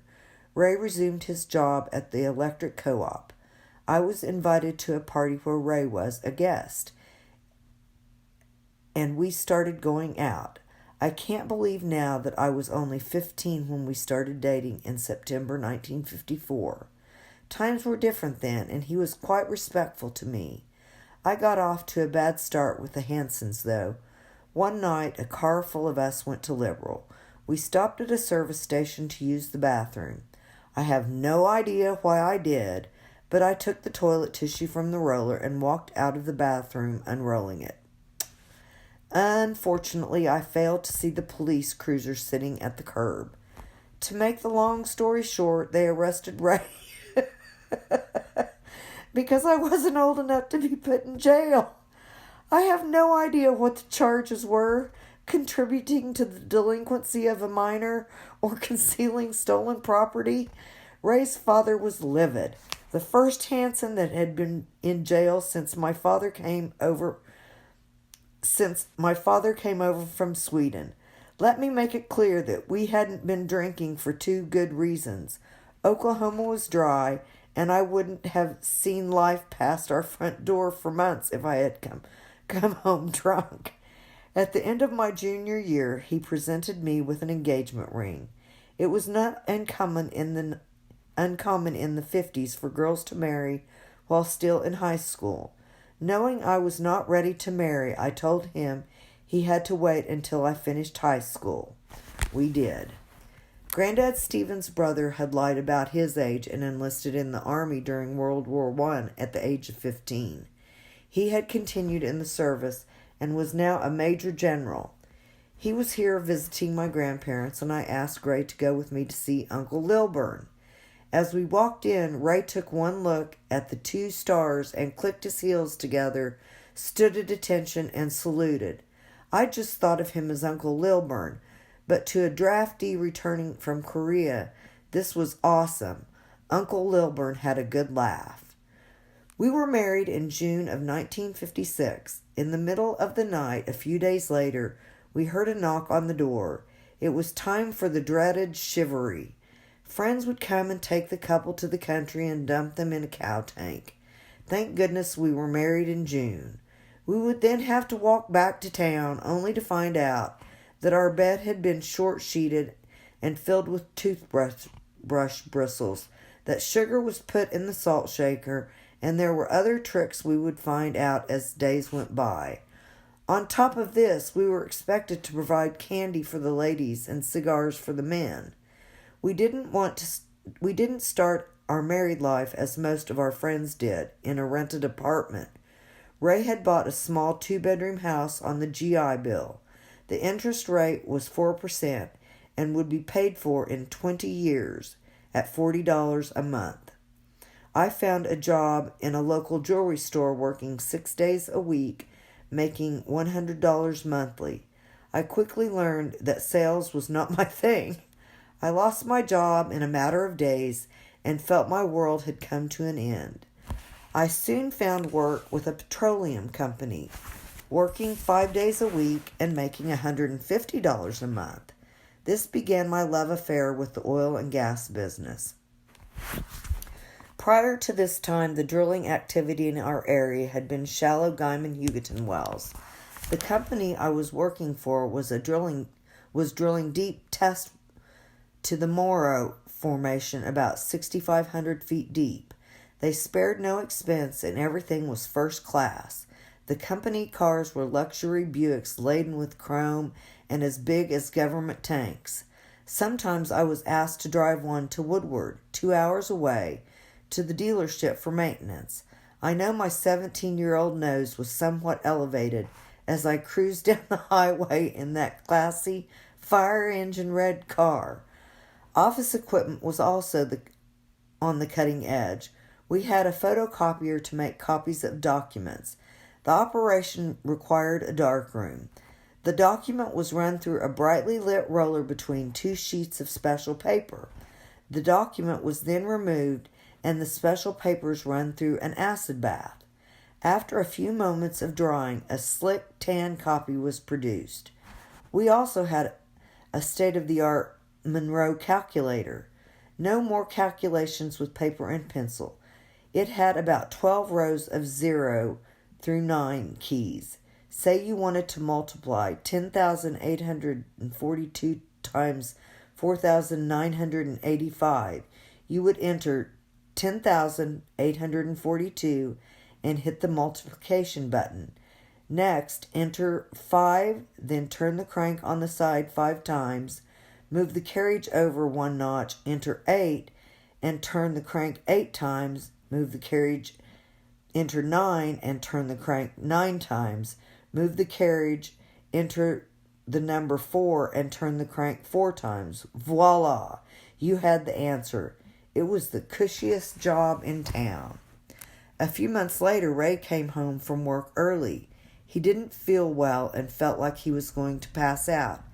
In spite of the $2 charge for an office call, I took him to an older gentleman who had been practicing medicine in Hooker for years.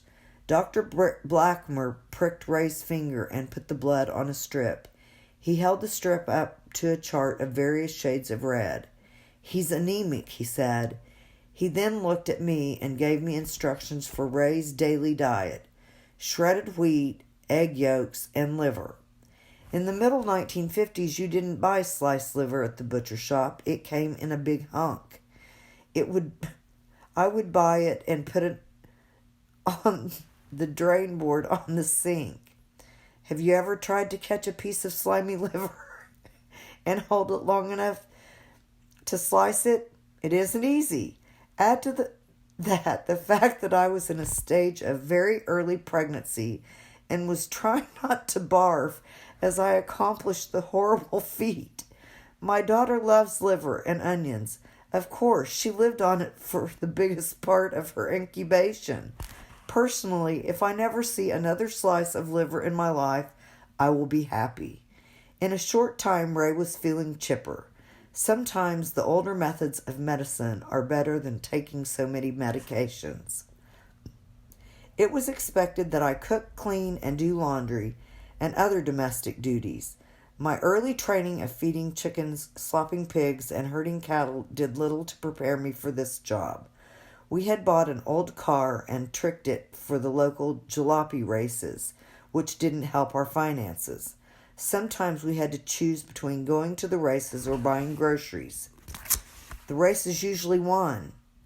I dutifully saved and licked my S&H green stamps, so if a gift was required, I could turn my stamps in for something appropriate.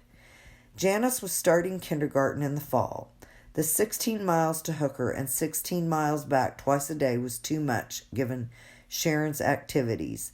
The folks bought a home in Hooker, and Daddy did the driving to the farm. He had recently bought their first quarter of land. From their humble beginnings, they were now property owners. Any history of the Panhandle must include the blizzard of 57. It hit on March 22nd and lasted until the 25th. 10 to 25 inches of snow was blown by winds reaching 70 miles per hour. Drifts of 15 feet completely covered vehicles and partly buried houses. Of course, electricity was interrupted. Both doors to our house were drifted shut, forcing Ray to climb out a window and walk to the electric company to work to restore power. All that was visible of our car was one tail light. My little 6-year-old neighbor boy and I walked on top of our house and slid down in yellow plastic dishpans. The storm did $6 million worth of damage, including the loss of 20% of the cattle population of the Oklahoma and Texas panhandles. $6 million was a lot of money in 1957. The loss of numerous lives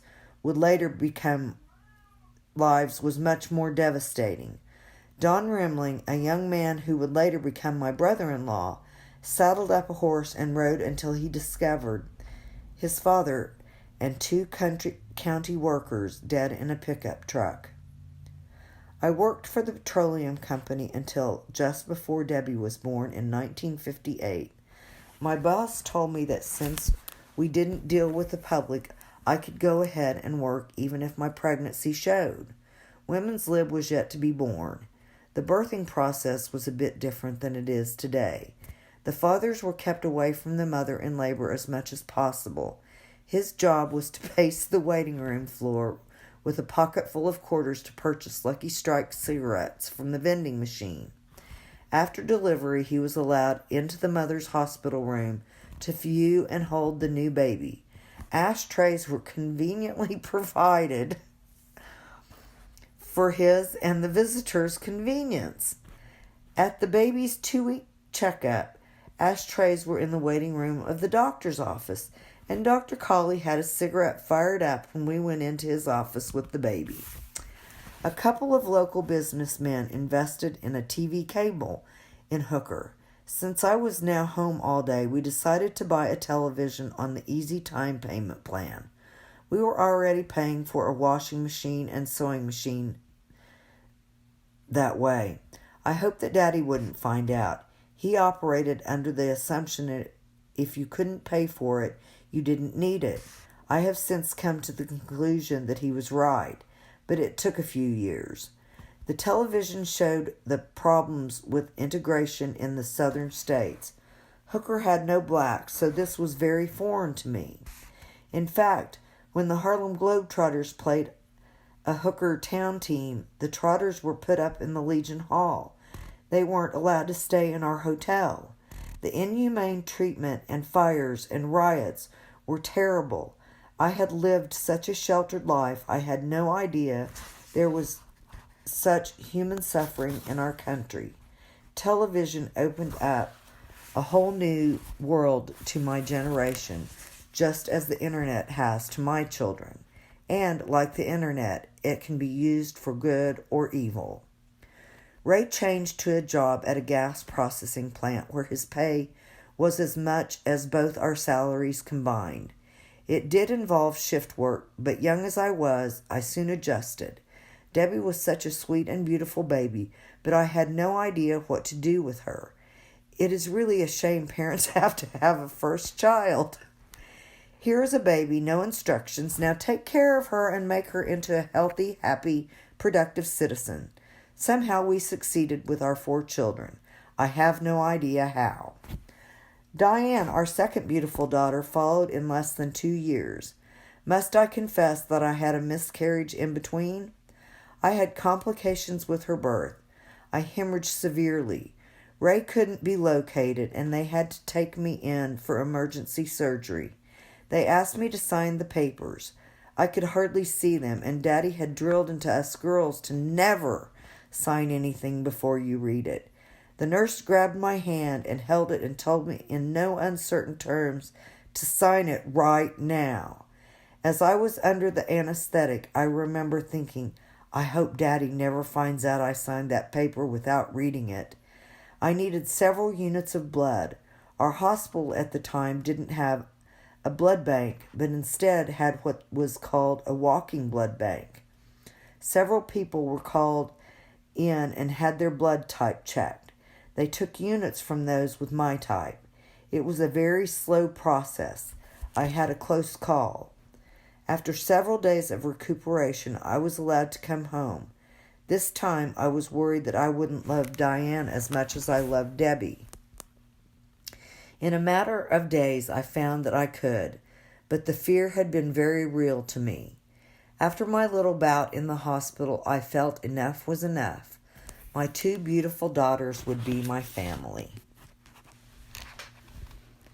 A program was available from the Oklahoma State Extension Service where women could learn the fine art of domesticity. I joined one such club named the Gloom Chasers in hopes that I would become a better homemaker. In those days, if you went out in the evening, even to a club meeting, you wore a dress, high-heeled shoes, and stockings held up by a garter belt. Ray and I had recently been shopping in Liberal, and I had found a beautiful blue paisley dress made of some slick material like rayon. We sprung for the dress, even though it cost $3. The dress was sleeveless, which was okay because at that time my arms didn't jiggle. There was one problem though. Deodorant in the late 1950s didn't stop you from sweating. You just smelled less bad. The sweat had turned the blue rayon a sickly shade of lavender under my arms. Other than that, I looked really sharp in the dress. I sat holding my new baby wrapped in the latest fashion for infants, a slick quilted blanket. My 2-year-old was clinging to my slick dress as I pretended to pay rapt attention to the proper way to pickle cucumbers and to keep my arms down so that my lavender underarms wouldn't show. Thump! Diane and the slick blanket hit the floor. I picked sweet little Diane off the floor amid looks of disapproval from the other stalwart stalwart members of the Gloom Chasers. I felt very unmotherly, very unfashionable, and very undomestic. Sharon married Don Rimling at Christmas her senior year. She came to me for advice on birth control. She was named salutatorian and gave her address at commencement in May. Speech-giving was not her strongest suit, and sickness from an early pregnancy added to her anguish. She struggled through her speech, thankfully without vomiting. Rule of thumb: never seek advice on birth control from a 21-year-old with 3 pregnancies in 2 years. One must remember, the pill was a few years away. In the late 50s and early 60s, Daddy found farming was a little tight. Instead of bemoaning his station in life, he took a job driving the school bus, which he held for several years. He also found additional land to rent and expand his farming operation. So what if he had to work a little longer and harder to become successful? In April 1962, I was back in the hospital. This time, Dr. Colley insisted this be my last pregnancy. I was scheduled to have my baby by cesarean section, and he would put an end to my procreation. I was advised to have a private room. Our insurance only paid the semi-private rate of $14 per day. Private room, but we threw caution to the wind, and I went for the $16 a day private room and paid the $2 extra. Ray and I had chosen the name for our new baby girl, certain that it would be female. There were 4 girls in the Stevens family and 6 granddaughters. Male children just didn't happen. As I was coming out from the anesthesia, I kept hearing the doctors and nurses talking about twin boys. I would ask who had twin boys, and they would say me. As I floated in and out, they wheeled me back to my hospital room. I caught a glimpse of Daddy with a grin as big as Texas. They handed me 2 scrawny, pathetic-looking bundles. Although they were full-term babies, they were still very small. I burst out crying and asked, "What am I going to do with all these kids?" I was only 23 years old. My sisters and I had a tacit agreement that if and when we had a boy, he would be named after Daddy. Thus the names Michael Glenn and Mark Wendell for Ray's father. In those days, you were hospitalized for a week following a cesarean section. I came home without the babies and started my crying once again. Mama spent the days helping me with the girls and laundry and cooking. She called Dr. Colley and told him she didn't know what to do with me because I cried all the time. Now mothers are sent to counseling and put on Prozac. He told Mama not to worry because when the babies came home, I wouldn't have time to cry. How right he was. There was a new invention called the infant seat. I would put the seats in the kitchen on the washing machine. 4 little eyes would follow me as I walked about. We were rather cramped in our small home. We put the babies in separate baskets in the living room, but they were fretful. We squeezed one baby bed into the girls' room, but had no room for another. This suited the boys fine. After 9 months in close captivity, they liked to touch one another. Mama came to help with the housework and laundry every day for 6 months. Few grandmothers worked outside the home in those days. My sisters and I kept her pretty busy for a few years. Disposable diapers had yet to be invented, and we had neither room nor money for a clothes dryer. Diapers were hung outside on the clothesline or over the floor furnace on wooden racks during freezing cold days. Big, lethal-looking diaper pins held the diapers on the baby. Occasionally, the child would move while being changed. This would result in him being gouged by the pins. It made him tough and built his character. Permanent pressed clothes were but a dream, and all clothing had to be ironed. With Mama's tutelage, I became very good at ironing the little puffed sleeves on the girls' dresses. After a few weeks, we realized that we would have to find larger living quarters. When Ray and I were dating, he would drive past a beautiful older home in Hooker and say someday he was going to live there. It had come up for sale, so we borrowed the down payment from Daddy until we could sell our house. We put Mike and Mark in separate cribs in a small bedroom. This worked fine until they learned to remove the nipples from their bottles and throw milk at one another. As with most of the older homes, heating was provided by floor furnaces. Although we used wooden guards, all 4 of my children bore the scars of falling or stepping on the grates. Yet there is nothing as warm as coming in from the cold and straddling a floor furnace. When the boys were a year and a half old, November 1963, we mourned the death of President John F. Kennedy from an assassin's bullet. Like most people, we can remember exactly where we were when we first heard the news. Lyndon Johnson was sworn in as president on Air Force One, while Jackie Kennedy, in her blood-stained clothing, looked on.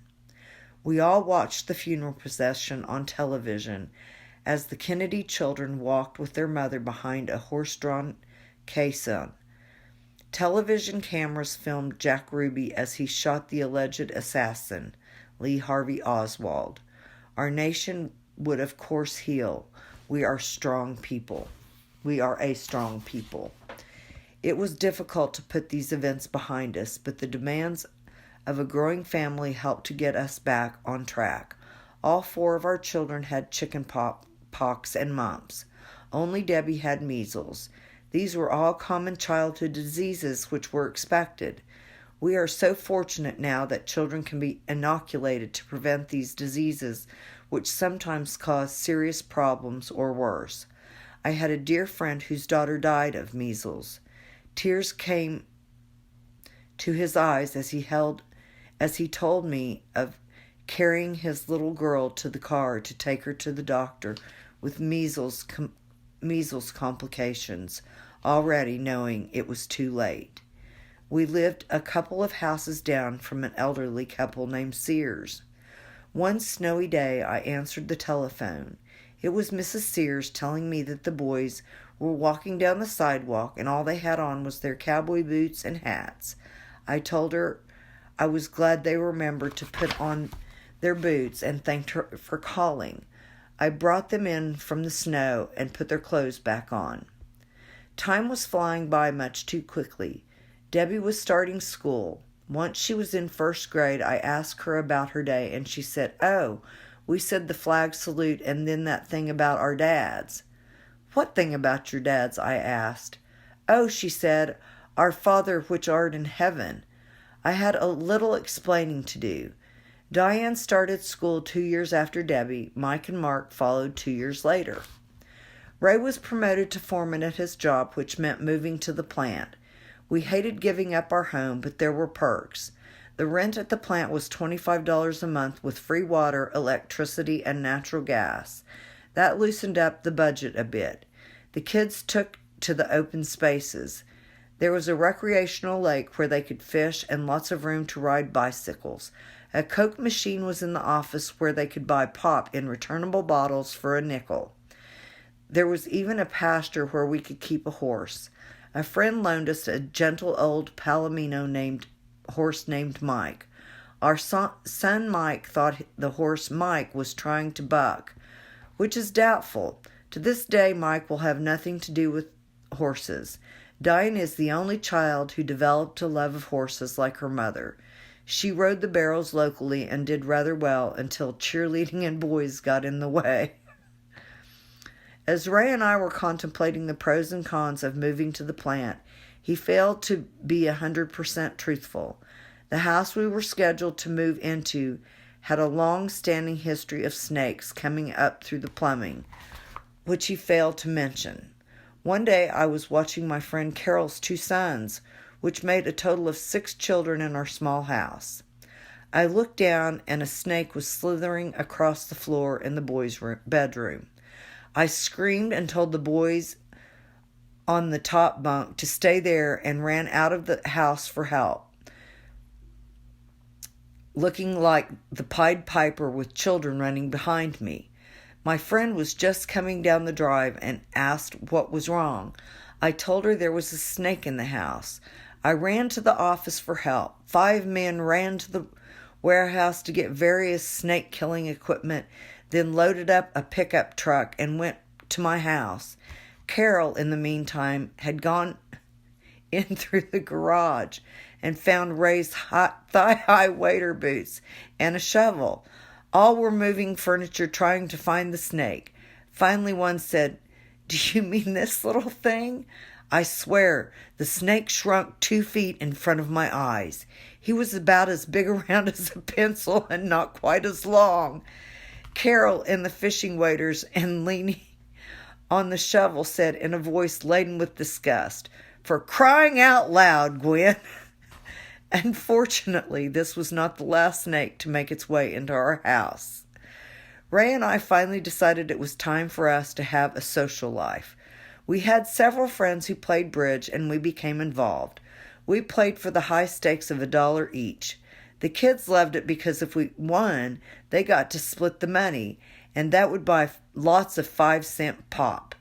There were bridge marathons which lasted all winter. Occasionally, if we thought the kids were out of earshot, we would play Rusty Warren's 45 record of Knockers Up. At the time, we thought it was pretty risque. After a night of bridge, we often drove to the Phillips 66 truck stop by Guyman for breakfast. One night we were leaving. A sweet young thing got out of a car wearing a miniskirt, the first one we had seen. Ray was staring at her as he was getting into the car. He slammed his head in the door. Blood was running down his face as the rest of us were rolling in laughter. Thankfully, he didn't require stitches, but he was pretty banged up for a while.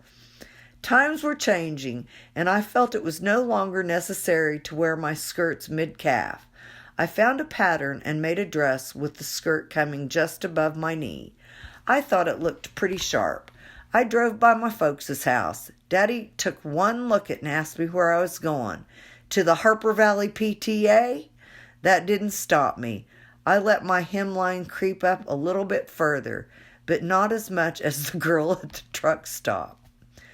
Ray farmed his parents' quarter of land in his spare time after his father's death. He and Daddy and Don also leased some grassland on the Beaver River when it was still a river, and ran cattle. One year they were grazing several Hereford heifers. They bought a high-dollar Angus bull to breed them since it was their first calving season, and Angus bulls throw smaller calves. When they unloaded the bull, you could almost read his mind. "Hey, I've found heaven on earth. Hello, ladies." He promptly dragged his penis on the ground and broke it. So much for breeding a herd of heifers. To top it off, when Mark was taking him to the sale, the trailer had a flat tire, and he never got it changed because the bull was moving around and knocking the trailer off the jack. I really think the bull was bemoaning the fact that he had messed up a golden opportunity to live the good life with lush grass and a herd of heifers, and instead was being hauled off to become hamburger. Pride goeth before a fall. I had been a country girl long enough to know there were financial risks involved in running cattle. I must admit, this was one risk that had never entered my mind. We lived in beef country. Contrary to the current marketing strategy, 100% Angus beef doesn't taste any better or worse than Hereford or crustbred or whatever. Most people who had a farm or ranch had a freezer full of beef. It is only recently that you get bombarded with ads from pharmaceuticals telling you that you will die from high cholesterol if you consume red meat. We didn't have the grass-fed healthy kind. We liked the corn-fed marble stuff. It did catch up with my parents, though. It got Daddy at 86 and Mama at 90. When Diane was in home economics, she was given an assignment to make a menu for an inexpensive meal and one for when your husband brought his boss home to dinner. Since we had steaks often, she created an everyday meal with Kansas City strips. For the company menu, she chose chicken gizzards, which she loved and you could buy for $2 a bucketful. She had carefully balanced the meals with nutritious sides. I told her to switch the menus and she would probably get an A. She did. I was fortunate to be able to stay at home and raise our family. I loved the long and lazy days of summer when the children were home. One summer, Ray sold cattle for a pretty nice profit, and we spent it taking the kids to fun places. Red River, New Mexico, Colorado Springs, Colorado, and Dallas, where we went to Six Flags Over Texas and the Rangers games. As time was approaching for the kids to start to school, I asked them what they had enjoyed most that summer. Mark thought for a while and said, "Mom, do you remember the day we took peanut butter sandwiches down to the lake and had a picnic on the dock?" Lesson learned. Money has little to do with joy and contentment. The folks were planning to go to Israel with a church group. A passport was required and a birth certificate was needed to obtain one. Daddy had his, but Mama had never had one. Fortunately, an elderly pharmacist's father had been a doctor in Hooker. He looked through his records and found where a healthy girl was born to John and Margaret Ray on March 17, 1920. She was then able to obtain her birth certificate. My mother-in-law was ready to draw Social Security, and she also had no birth certificate. I am not sure how she obtained hers, but she found out she was a year younger than she thought. This didn't make her happy because she had to wait to draw her Social Security. Given the speed of our modern technology, it is hard to fathom the difficulty of retrieving information in those days. Due to Mama's upbringing with such an emphasis on education, she had always felt inadequate about her lack of a high school diploma. She was a very intelligent woman and was well read. When she was in her 60s, we girls encouraged her to get her GED. Now she could likely sit at her computer and accomplish this. She, however, had to attend classes for several weeks. When she had her certificate, we then asked her where she was going to college. She laughed and said she didn't believe she would, but you could tell she was glad to know she could if she chose. About this time, when my girls were young teenagers, they wanted to get their ears pierced. "Absolutely not," I said. "Only cheap girls who stand on the street corner and pop their gum and twirl their purses have pierced ears." Within a few months, I realized that ear piercing was indeed becoming fashionable, but I had already mouthed off to my daughters. One day, I gave in and had Dr. Colley pierce my ears. When the girls got off the school bus, I just looked at them and told them to make an appointment. They knew what I was talking about. Debbie and Diane were involved in choir and band. Their great love, though, was cheerleading.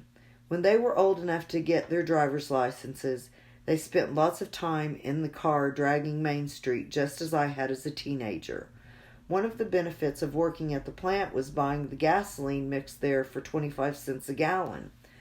So what? You drove an old clunker that got 10 miles to gallon. You could still drag Main lots of times for a quarter. Ray decided to branch out into the world of business. He went into partnership for the local drugstore. A young man just out of pharmaceutical school was one of the partners, and the remaining two were responsible for the retail merchandise and sales. The store carried a large array of gifts, which required an annual trip to the gift market in Dallas. I soon learned to take ribbing for the name of my hometown and explained that it was a location, not a vocation. After all, we were used to the Hooker Hardware, Hooker TV Cable, Hooker Lumber, Hooker Meat Locker, and even my church, the Hooker United Methodist Church. Debbie and Diane each worked at the drugstore when the Spirit moved them, and they weren't busy with school activities. I felt that if they worked, they should be treated like any other employee and have a schedule. I was overridden by the girls and their father. Despite this and the large charge accounts that they ran up each month, they have turned out to be responsible adults. In January 1976, our family had just returned to the plant from church. There was a loud banging on the door. Ray opened it to a horrible roar and yelled, "Get out of here right now!" The plant had exploded and flames were shooting high and wide. The children and I ran out the back door, cleared the 6-foot-high garden fence, and kept running. It was then that I noticed they were not wearing shoes and none of us were wearing coats. The dried winter stickers pierced their cold feet, but we made it to the highway and someone picked us up and took us to my parents' house. We could see the inferno from town. We wondered if we would ever see Ray again. He had gone down into the plant to shut it off. No one had cell phones at this time, so it was hurry up and wait. One of our friends owned a small clothing store. I called him and asked if we could go down and open the store so I could get shoes for my kids. I told him I had no checkbook or money. He said not to worry, he knew where I lived. Only in small-town America. It was late in the evening before Ray walked in, still wearing his suit and loosened tie, covered with soot. The personnel at the plant had shut off the wells, feeding the plant so the fire could burn itself out. The plant, of course, was inoperable. It had been a long and devastating day, but no one was hurt. Shortly after we moved to town, Ray didn't want his family so close to the plant in case of another problem. The boys in particular missed the lake at the plant, but there were offsetting benefits. In town they were close to the ball diamond and the swimming pool. Our house was close to the golf course, so they took up golf. They especially enjoyed the water meter, where they kept a frog, a salamander, and a turtle. When our friends came to visit us, their small son loved to go see the reptiles. One day his father took him to the water meter and came back laughing. He told us our sons were growing up.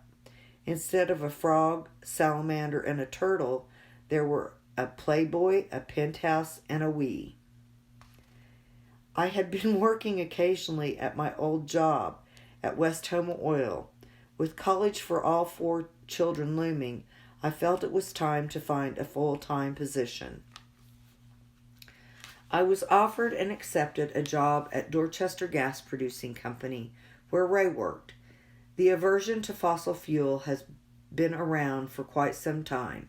A company built a facility close to one of the large cattle feeding operations, the purpose being to convert cow manure to methane gas to be used for heating purposes. All of the mainstream TV networks jumped on this, saying that the plant produced 20,000 cubic feet of gas a day. Big deal. Most homes use at least this amount of gas in 1 month during the winter. Add to that the fact that the BTU was so low it had to be mixed with the detested fossil gas at our plant in order to burn. The name of this facility? Calorific Recovery Anaerobic Process, the crap plant. The multi-million-dollar plant didn't last long, but it did add to Texas County's colorful history. Upon entering high school, Mike and Mark traded in athletics for agriculture and future farmers of America. They bred and showed registered Duroc pigs. They had several sows that needed to be attended as they were farrowing. One day, the brass from Houston was at the plant. The boys were scheduled to sing with the school choir at a vocal contest, and Ray had to stay at the plant. That left me with midwife duties. One of the gentlemen came and asked me if I was indeed true that I was taking off to deliver pigs. He said I didn't look the type. I have found that motherhood requires that you be whatever type is necessary. And to that fact, that I had small hands and arms, and I could easily reach up a sow and rescue a stuck piglet. The twins always took a grand champion to the shows. Unfortunately, Reserve Grand was the highest they actually showed. One year, they had a really good crossbred barrow. The only problem was that they had let him get a bit too mature before they castrated him, and he had loose skin, which would count off in the judging. I had read in some magazine that women who wanted to go out with younger men would put Preparation H under their eyes to remove the bags and make them look younger. We thought that might work on the pig. Sure enough, that shrunk the skin up pretty as a picture. The only problem was, when we got to the show ring, he was sucked up so tight he could only take tiny steps and go around in circles. The boys were embarrassed to death, and to add fuel to the fire, their mother was in the stands howling with laughter. The summer Mike and Mark turned 16, Daddy asked them to haul wheat harvest. They weren't afraid of work, especially paid work, and jumped at the chance. Besides, Daddy had a brand new tandem truck they were itching to drive. They had taken up dipping snuff, which did not make Grandpa happy. After harvest, he came down to talk to the boys. He told them they had done a good job and he would pay them after they took that truck down and washed the tobacco juice off. They did, and he did. When the boys were in high school, hair was a bone of contention between them and Ray. He didn't see a thing wrong with military-style buzz cut. They, on the other hand, preferred the long tresses. The school dress code required that your ears must show, which made it difficult for hair to get very long in the 3 summer months. Mike and I were on our way to Wichita when he asked me to give him a perm. I told him his dad would have a fit. He stated that his dad was home and we were going to Wichita. We bought a perm and rollers and carried out our covert operation in a motel in Wichita. We returned home to an unhappy father and a brother who wanted a perm too. Thankfully, the fad didn't last long. The girls had a couple run-ins with the dress code. Each was sent home at least once for wearing their skirts too short. I'm not real sure what too short was, but I think it had to be below your fingers when you held your arms straight down. The length of your arms dictated the length of your skirt. The boys were fortunate to have an exceptional agriculture instructor during their high school years. He gave them great advice and encouragement, as he did to all of his students. Mike and Mark both were named Oklahoma State Farmers in Future Farmers of America, a very high honor. I give much credit to Mr. Myers. Both sons have agribusiness degrees and make their living in agriculture. Debbie and Diane attended college for a while, but each chose marriage. Unfortunately, my marriage with Ray didn't make it to the finish line. Still in all, I don't regret any of it. We had a beautiful family and many good years.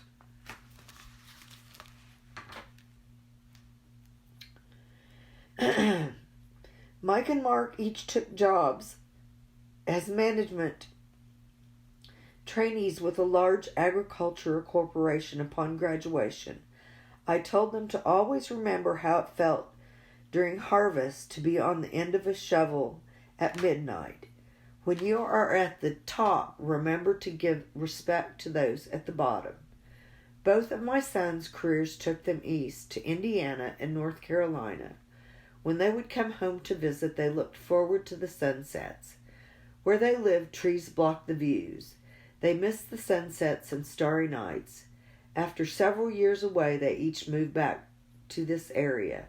The girls both lived close, so I was fortunate to be able to take part in my grandchildren's lives. I continued working at the plant until it was closed. I was offered a job at the head office in Midland, but declined for 9 good reasons: my grandchildren. My parents were another consideration, as they were getting older and I was the only daughter close. It was frightening to be single and unemployed and 56 years old with no pension. I asked God to put me where He wanted me to go, but to please remember the style of living to which I had become accustomed. I once read a book by President Jimmy Carter where he stated that God always answers prayers. Sometimes He says yes, sometimes He says no, and sometimes He says, "You've got to be kidding." I guess He was either saying no or "you have got to be kidding," because the job I accepted at Panhandle Telephone Cooperative paid only about 40% of the salary I had been making. The benefits package made it more attractive than my other options, so I bit the bullet and took Daddy's advice and gave it everything I had, and soon was making my old salary. Maybe sometimes the Lord says, wait a while. A few days after taking my new job, tragedy struck Oklahoma. In April 1985, the federal building in Oklahoma City was bombed. 168 people, including 19 children, were killed. One of the casualties was born and raised in Hooker. It was the worst terrorist attack in our nation's history. Homegrown terrorist Timothy McVeigh and Terry Nichols were responsible for this vicious crime. Oklahoma City and the state and nation mourned and helped one another with the healing process. We would not be trampled down. We would come back stronger. Our capital city now has a beautiful and serene memorial to all who were lost on that day. Bricktown and the Bricktown Canal now rival San Antonio and the Riverwalk. The bronze statues by Norman artist Paul Moore depicting the land run and our heritage are a source of pride to all Oklahomans. Our basketball team, the Oklahoma City Thunder, has become a major force in the NBA. 6 years later, this attack was far overshadowed by the one in New York City on 9/11. This was not an attack by sick and disgruntled amateurs like those in Oklahoma City. It was one by terrorists that really meant business. They intended to take our country down. Our nation once again came together as one and embraced the survivors and families of the victims. I have always enjoyed good health, so I was surprised when I lost the sight in one eye from a retinal occlusion.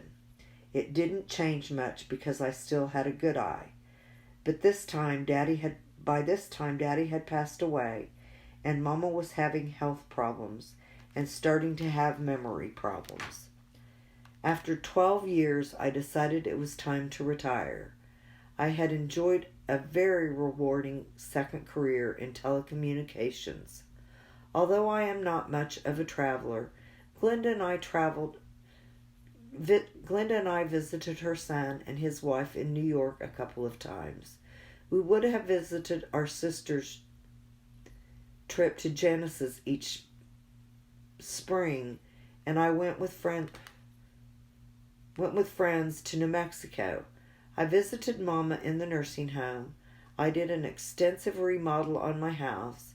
I joined a Bible study group. I did my own yard work and made christening gowns for each of my new great-granddaughters. I played lots of bridge. I became a master gardener. I was bored. My type A personality just wouldn't slow down. I took a job at a local law firm 3 days a week. This kept me at about the right pace. After just a few months, I went to work one day and realized I couldn't read. The next day, I left for Amarillo. I tried to get my retina specialist, but he was out of town, and I had to wait until the next week. Our trip to the Texas Hill Country was scheduled, so Glenda, Sharon, and I left for Genesis. My vision kept getting worse. We attended a concert, and I got up at intermission to go to the bathroom. The aisle was packed with people, and I didn't see the small steps and sprawled on the floor.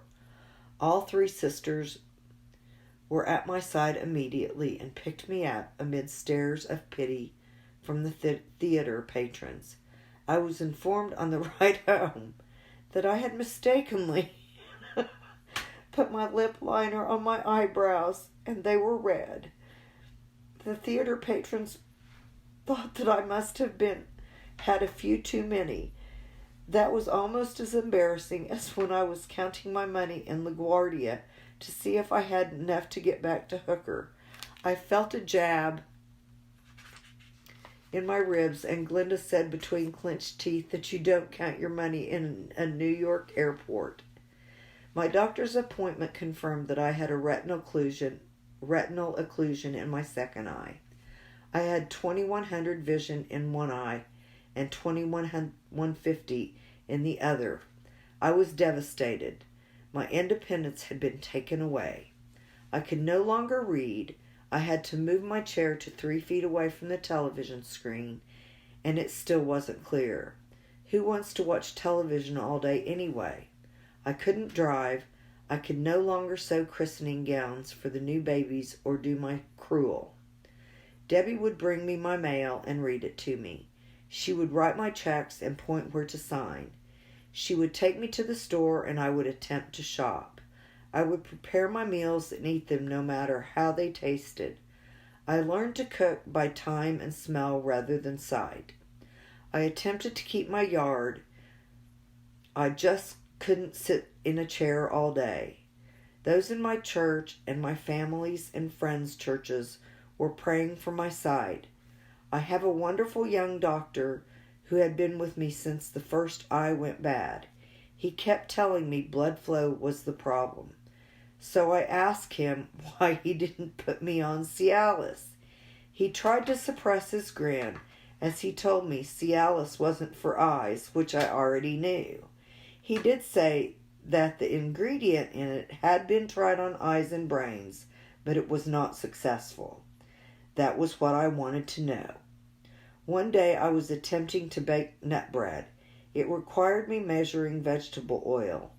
Twice I overfilled the measuring cup and poured it down the front of my cabinet. I called Glenda crying. Being her father's daughter, she focused on how we could make things better. Well, what do we need to do about this? She asked. The next day, a measuring cup with thick black lines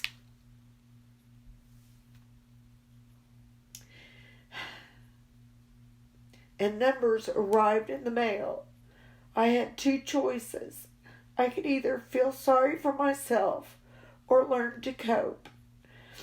Glenda encouraged me to start the book that I said I would someday write.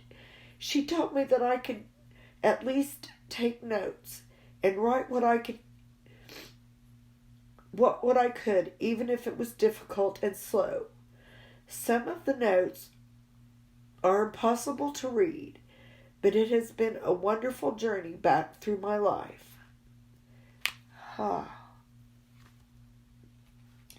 There have been other benefits as well.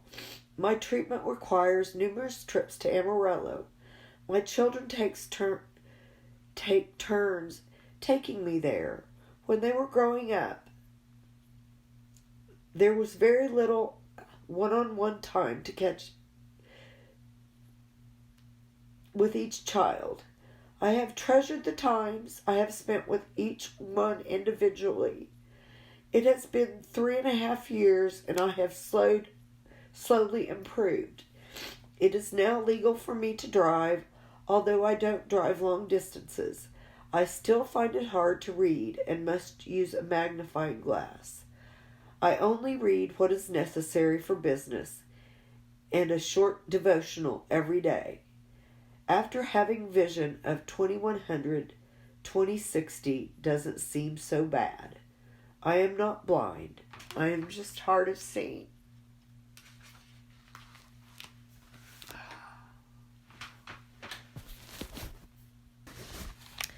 The end. In 1948, Grandma and Granddad Ray bought a house on Western Street in Liberal, Kansas. Several lots and a barn were included, which allowed Granddad to keep his beloved horses. By then they had 26 grandchildren and several great-grandchildren. How we would all squeeze into that little house for holidays is beyond me, but we were treated to a feast. Grandma Ray had a stroke and died in 1963 at the age of 73. Granddad Stevens retired from farming in 1962. Shortly after, he and Grandma moved to their new home in Hooker. Granddad planted fruit trees and loved to care for the yard. Once a farmer, always a farmer. Grandma tatted and crocheted beautifully. I have a full-size tatted tablecloth that I treasure. How many hours must have gone into making it? She crocheted doilies for every piece of furniture. I owned and even made some for the commode. She was also a fabulous cook and baker, and witnessed by her ample body. My children were too young to remember much about Grandma Ray, but were fortunate enough to have good memories about the other 3 great-grandparents. Granddad Ray died in 1969 at the age of 80. Grandma Stevens died in 1975, a few weeks before turning 80. The Stevens men had a history of dying at age 86. When he was 85, Granddad asked Daddy to take him to the D&J in Guyman to buy a new suit. He didn't say why he needed it, but Daddy knew. He didn't wear it, but hung it in his closet. He still attended church regularly, and most Sundays would find him 5 generations of the Stevens clan at the Hooker United Methodist Church. He continued to cook his own meals and make his own pineapple preserves. You just couldn't buy good preserves anywhere. His 86th birthday came and went. So did his next birthday, before those roll-your-own cigarettes finally got him at 87. Among his survivors were 3 great-great-granddaughters. My parents each inherited land from their parents. They bought additional Ray land that the siblings wanted to sell. Daddy loved the land and was a good steward of it. He rotated the crops so that each parcel could rest or summer fallow. When you are a dry land farmer, you must have great faith in the Lord. Try as you might, you can't make it rain. Most people I know who have lived through the Depression and the Dust Bowl were careful with their money and possessions. It was hard for them to throw anything away. After her mother-in-law's death, a friend found a jar of strings labeled "Strings Too Short for Use." Everybody remembered the tough times. Another friend's father, who was president of the bank and certainly not hurting for money, wore a very small shoe size, which made them difficult to find. He was shopping with his wife and found 2 pairs that fit. She encouraged him to buy both since he had such trouble finding shoes.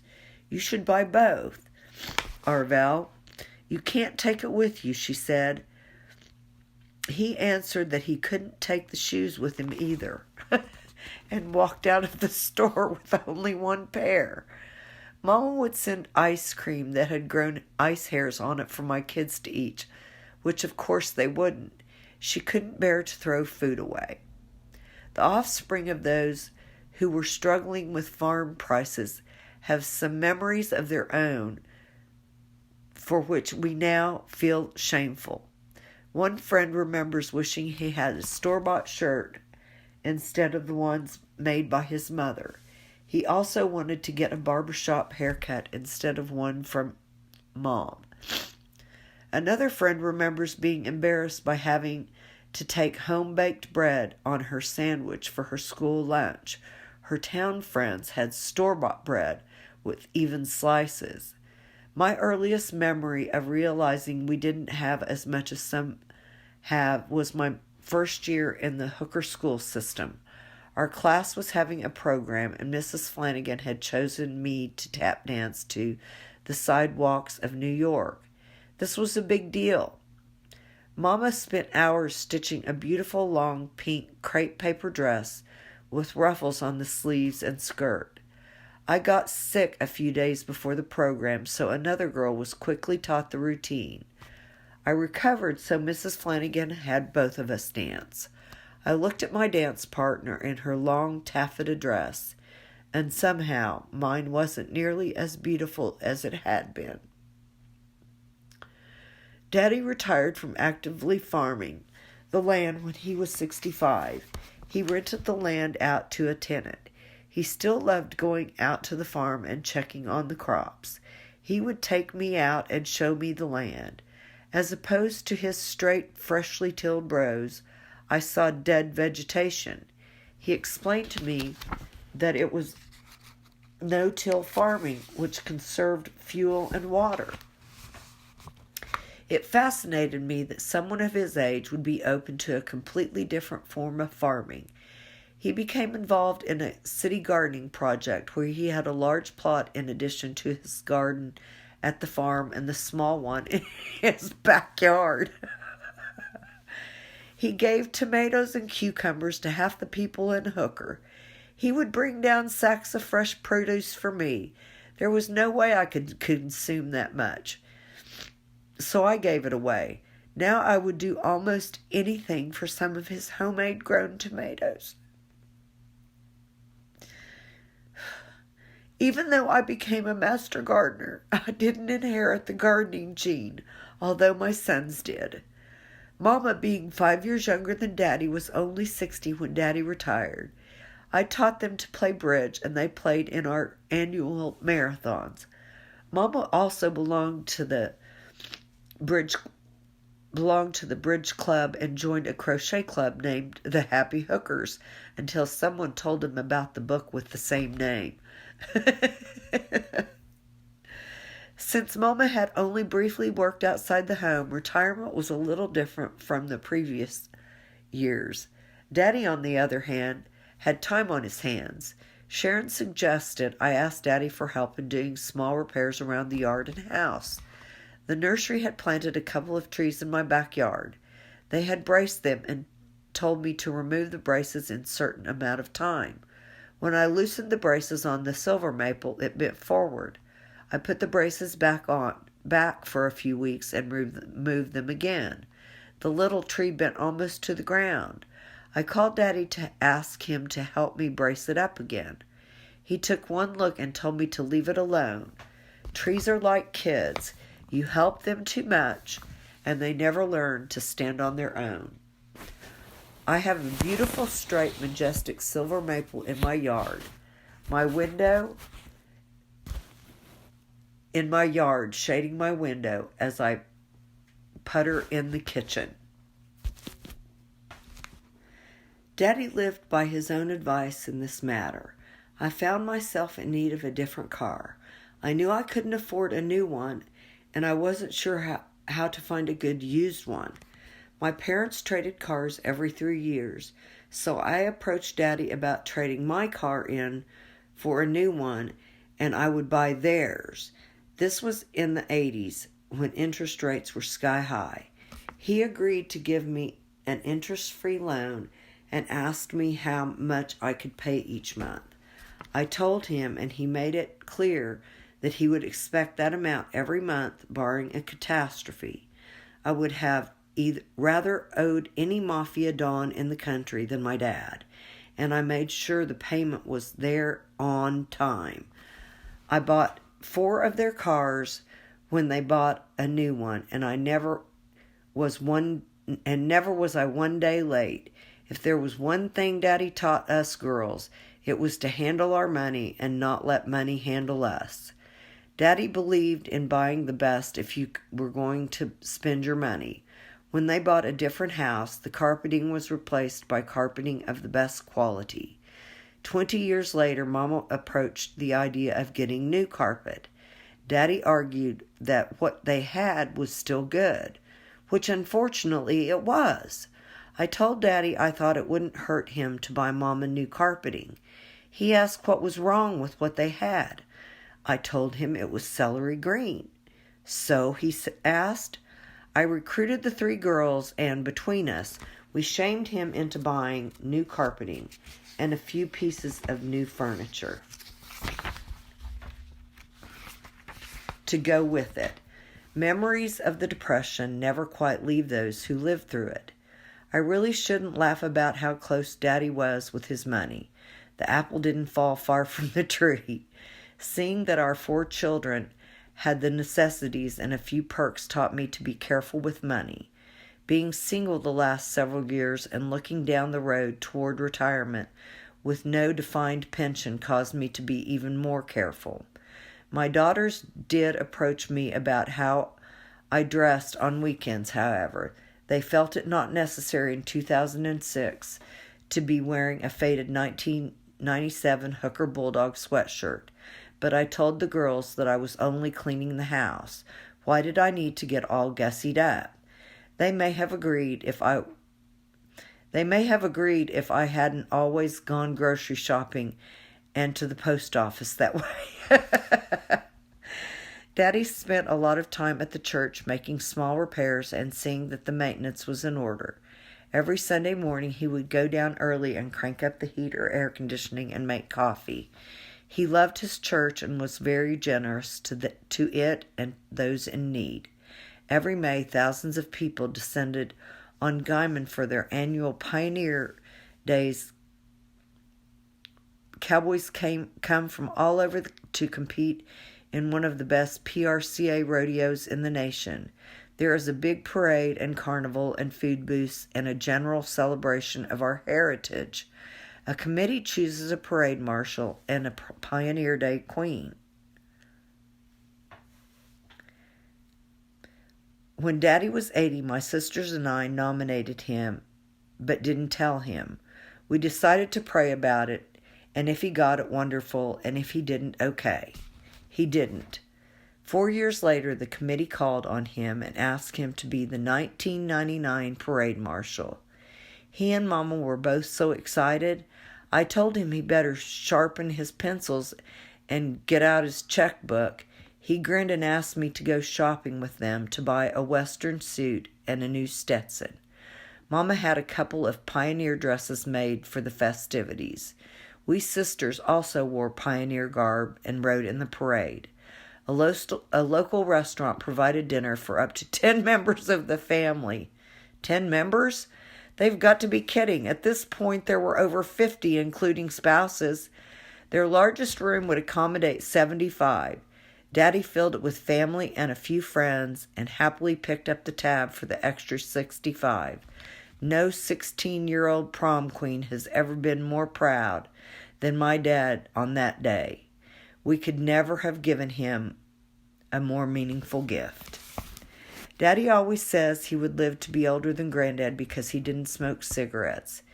He was in a terrible pickup accident with serious head injuries at 60, which may have shortened his life. It came back to haunt him when he turned 85. I would take my dog Annie down to their house every morning. Daddy would be sitting in his recliner and would only answer direct questions.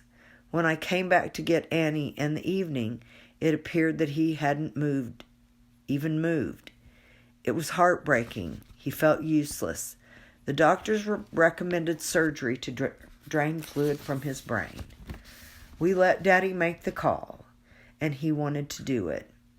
He developed staph after the surgery and was sent to a long-term facility. We sisters were there often, and he would always call all the nurses in to see his girls. We were all there for Father's Day and gave him a miniature John Deere tractor, which brought a smile. When we pinned the caretakers down about the prognosis, they said he was going to die soon. We loaded him up and brought him back to Hooker. His oldest granddaughter came to help care for him. The next night, the Lord sent Daddy his last rain. We wheeled him out on the patio so he could see it and breathe the rain-cleaned air. The next day, Mike and his son lifted him into a van and drove him out to see his treasured land for the last time. He was 86.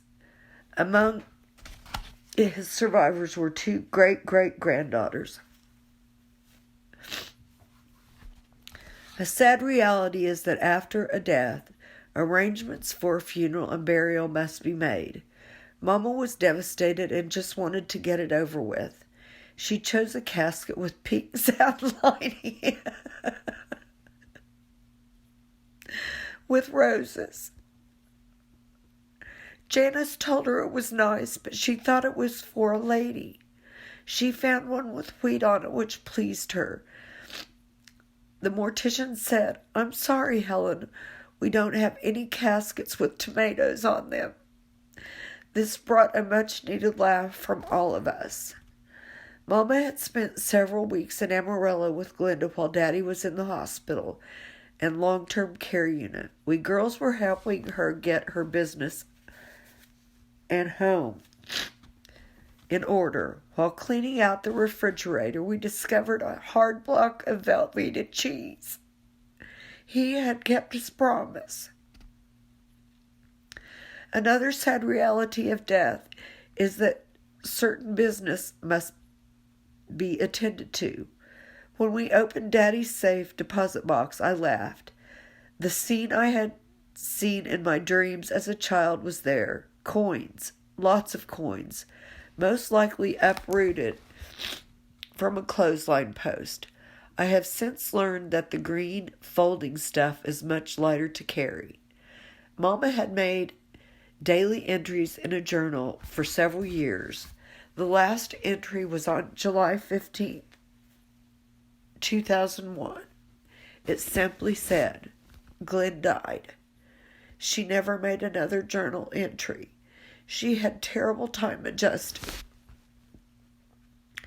She said she didn't know how not to be married since she had been married so long. Come September, they would have been married 65 years. Even though we girls included her in everything, she was still lonely. Farmers had their big meal midday, and old habits are hard to break. She would prepare the meal, eat hers, and put mine into a container to take home for supper. I loved a good, balanced, home-cooked meal, and it was good for her to have a purpose. I had her come to my house for all the family holiday festivities, and Debbie invited her to the grandchildren's birthday parties. She attended a senior singles group at a church and went on several field trips with them. Of course, the weekly beauty shop appointment was never missed and provided social interaction. Still, the void was impossible to fill completely. Sometime between her 85th and 86th birthday, the thief sneaked in. He only took bits and pieces at first, and you thought maybe you were imagining the loss. It became worse, and you knew for sure he was here. The thief was dementia. Mama was excited to go to a birthday party at Debbie's house. We walked in, and Mama said, "Oh, Debbie, you have such a beautiful home. I have never been here before." She drove to my house and got lost going the few blocks back home. The saddest time was when she was telling me a friend of the twins had asked her how many children each had, and she couldn't remember. I said, "But you remember now, don't you, Mama?" A tear rolled down each cheek, and she shook her head. She knew she was losing her grip. She would miss her beauty appointment because she had my hair fixed yesterday. She and I would go to the restaurant to eat, and she would ask who somebody was. I would tell her. She might ask 6 or 7 times as we were eating. I would answer her each time. I felt helpless.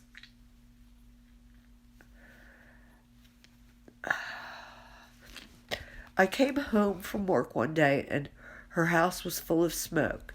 She had started cooking something and forgotten about it. My son-in-law offered to unhook the stove so she couldn't use it. I told him she would have Kitchen Mart deliver a new one the next day if we did that. She couldn't remember the simplest things. but could figure out complex problems. We knew she could no longer live alone. Since Sharon and Glenda both lived in Amarillo, we decided it would be the best place to take her. Janice came to Amarillo often, and so did I. Tearing our mother from her home and taking her to a nursing facility was the hardest thing I have ever done in my life. There is a song, Bless the Beasts and the Children, by the Carpenters. We should bless the elderly. We should add, bless the elderly. They have neither a voice nor a choice. I was still working at this time, but I made a silent promise to Mama that I would go see her often. I kept that promise. We tried assisted living where she could have her own furniture with a small living area and a kitchen. She was angry at first. Diane told me that we had taken away her control of everything. We should give her the dignity of making some decisions. We asked if her granddaughter could have her Christmas reindeer. Oh, yes. Does she want anything else? I asked her if she would mind if I used her microwave since mine quit. She was thrilled to be able to do something helpful. She finally decided it wasn't too bad if she could eat in the dining room, where they had linen tablecloths and napkins. A salad cart came by with many choices, and after the main course came a dessert cart. She loved that. In a few weeks she settled down and was so happy when we visited, which Glenda and Sharon did almost every day. She didn't become belligerent as so many do. As time went on, she worsened. Her depression, frugality stayed with her, however. We found her depends hanging on the shower. She had washed them so she could wear them again. Soon the nurses felt she had to be moved to the nursing home wing. One day, when all four of us were there, we took her into a little sandwich shop within the facility. She was happy that we were taking her out to eat. I asked her if she remembered the Dust Bowl and the Depression. She said yes. I asked her if she and Daddy were unhappy then. She smiled and she said, Heavens, no.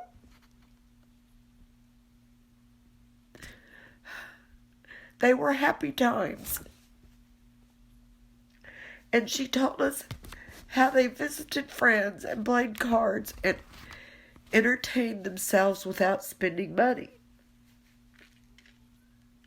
At another time, she told us she knew she was getting older and someday she might have to go to a nursing home. She wouldn't like that, but for us to do what we felt was best. As three of us were suppressing giggles, Sharon, always the perfect daughter, told her we had always taken care of her and that we always would.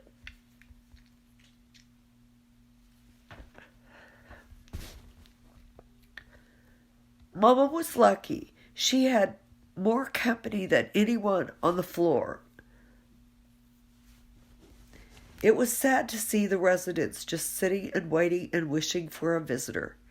When the great-great-grandchildren were visiting, it brought smiles to everybody's face. They so seldom got to see children. Mama would make up her mind that she needed to go see somebody, most likely her parents. She would somehow get through the security and had to wear an ankle bracelet. She still found ways to get away and eventually had to be moved to the Alzheimer's unit, which was locked. Our classy mother looked like a bag lady. She had always been clean and her hair had always been combed, but she no longer was interested in makeup. And the clothing she chose certainly didn't match, if it even indeed was her clothing. In this unit, things seemed to be community property. She would inquire about Daddy. At first, we would tell her that she had died. She would be so sad and heartbroken. Because of that, we changed our strategy. If she asked about him, we would tell her he was at the harvest and he was on the combine. "Oh, I forgot," she would say.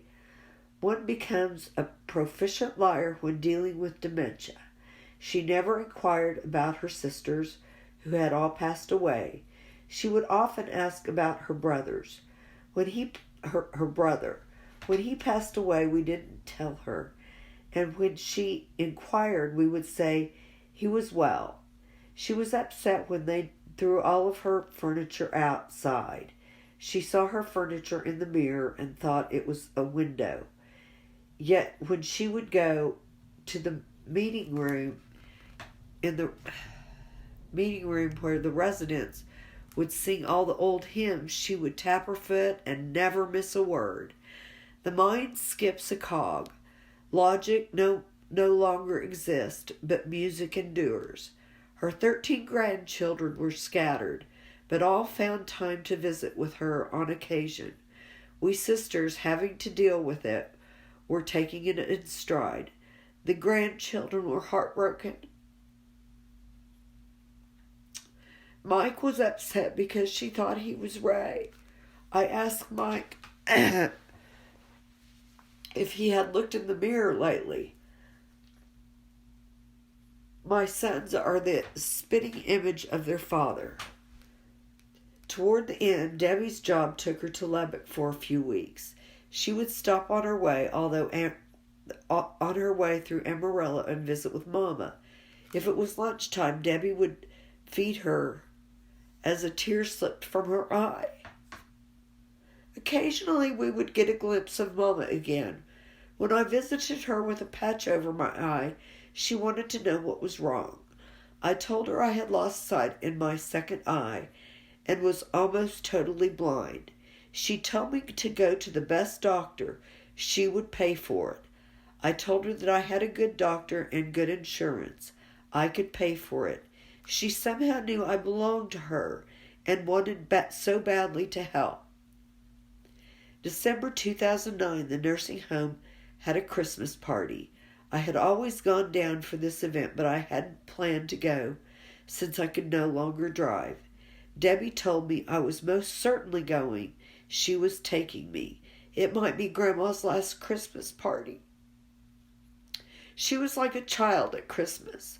We would buy her bright-colored beads and $10 rings, which she wore all the time.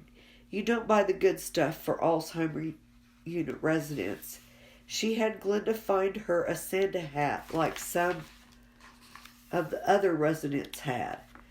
She would grin and tap her feet to the Christmas carols. How grateful I was that Debbie insisted I go. She was right. It was Grandma's last Christmas.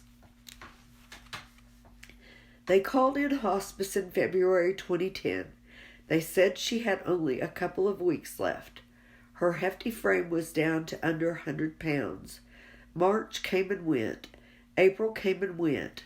The help at Ware asked if she had worked hard in her life. She was one tough lady.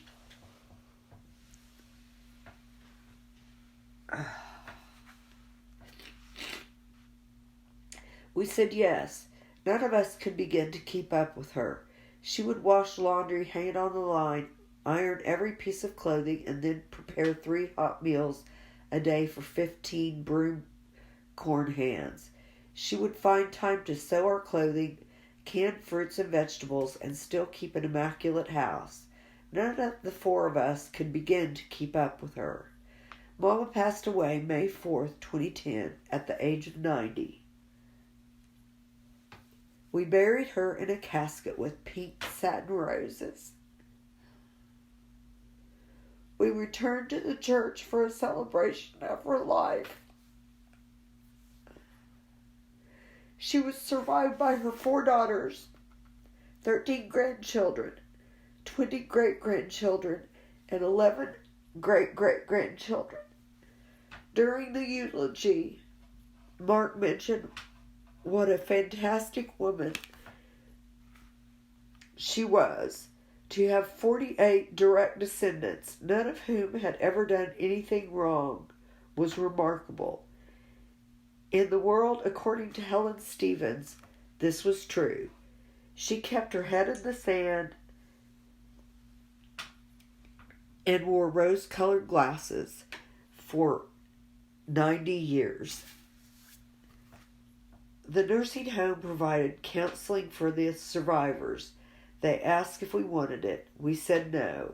We had lost Mama years ago. It was time.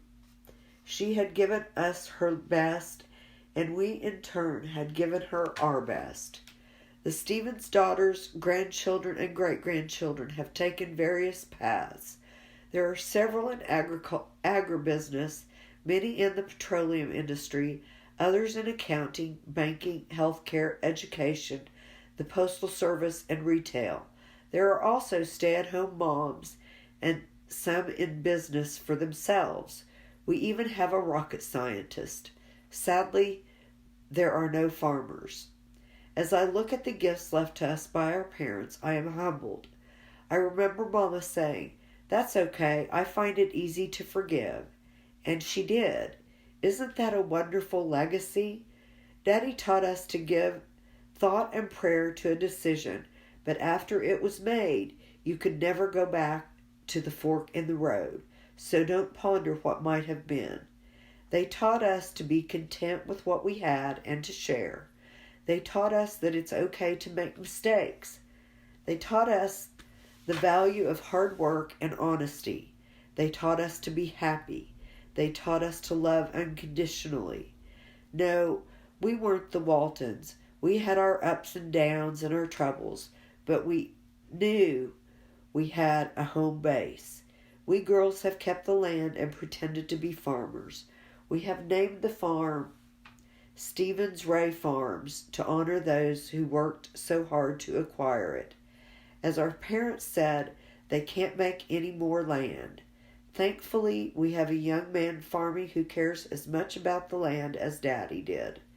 He watches out for us and helps us wade through the government red tape. When my 3 sisters visit Hooker, we make field trips to the farm and view the empty homesteads where we grew up and each set of grandparents lived. We are in awe of the struggle, sacrifice necessary to bring about this about. It almost seems sacrilege that this land became ours by only a stroke of the pen. Are we wealthy? Heavens no. Are we grateful? Absolutely. Our area is once again in the midst of a drought. Television stations warn that the cost of food will skyrocket. I sold our wheat for $6 a bushel last year. Out of this, the farmer must pay for his tractors and equipment, fuel, fertilizer, crop insurance, liability insurance, federal income tax, state income tax, 15.3% self-employment tax, and property taxes on his land. I paid $2.75 for my loaf of bread today. There are 60 pounds of wheat in a bushel. The wheat in a 1-pound loaf of bread costs 10 cents. It looks like somebody else is making considerably more profit on the transaction than the farmer. The next time you see a farmer, tip your hat. He not only feeds our nation, but the world. Yes, my parents were successful. It took 50 years of hard work to become that way. By the way, they ended up owning the quarter in the Oklahoma Strip where they started their married life. Yes, it cost considerably more than $800. For I know the plans I have for you, declares the Lord. Plans to prosper you and not to harm you. Plans to give you hope and a future. Jeremiah 29:11. Janice's husband, Vernon Hanson, died of cancer in 1990 at the age of 40. 3 months later, Ray died of a massive heart attack at the age of 59. Glenda's husband, Robert McKinley, died of Lou Gehrig's disease in 1997 at the age of 63. Glenda lives in Amarillo and keeps busy with her church activities and travels. She plays a mean game of canasta. The solid cedar chest has a place of honor in her home, complete with hammer dents. Sharon and Don live up on an acreage a few miles from Amarillo, where Don can keep his horses. They have taken up gardening where Daddy left off. Janice is married to Ken Johnson, and they enjoy living in Wimberley in the Texas Hill Country. Janice is the creative one in our family and quilts and sews beautifully. I remain at Hooker, and I am attempting to write my memoirs and compile a 6th-generation cookbook. I work with a children's after-school program at church and play a little bridge. I am the loudest great-grandmother in the bleachers. We all enjoy our children, grandchildren, and great-grandchildren, and take great joy in our families. Life is good. We are blessed. My greatest accomplishment in life is my children. They have each become kind and considerate adults and have found success in their chosen fields. What else could a mother want? Debbie and Jerry live in Hooker. Diane and Charlie live close by in Beaver. Mike and Jessica live in Hugoton. And Mark and Monica live in Wichita. My grandchildren live in Oklahoma, Texas, and Kansas. I see them often and enjoy my 13 and counting great-grandchildren.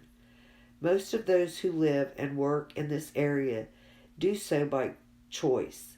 We love the wide open spaces, the beautiful sunsets, and being able to see the stars at night. When I was in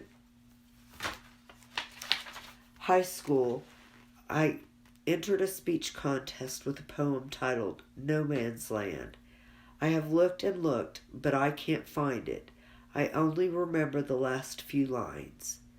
For this is no man's land but God's, and when you're living here, you feel His presence in your heart, and you know that God is near. Amen.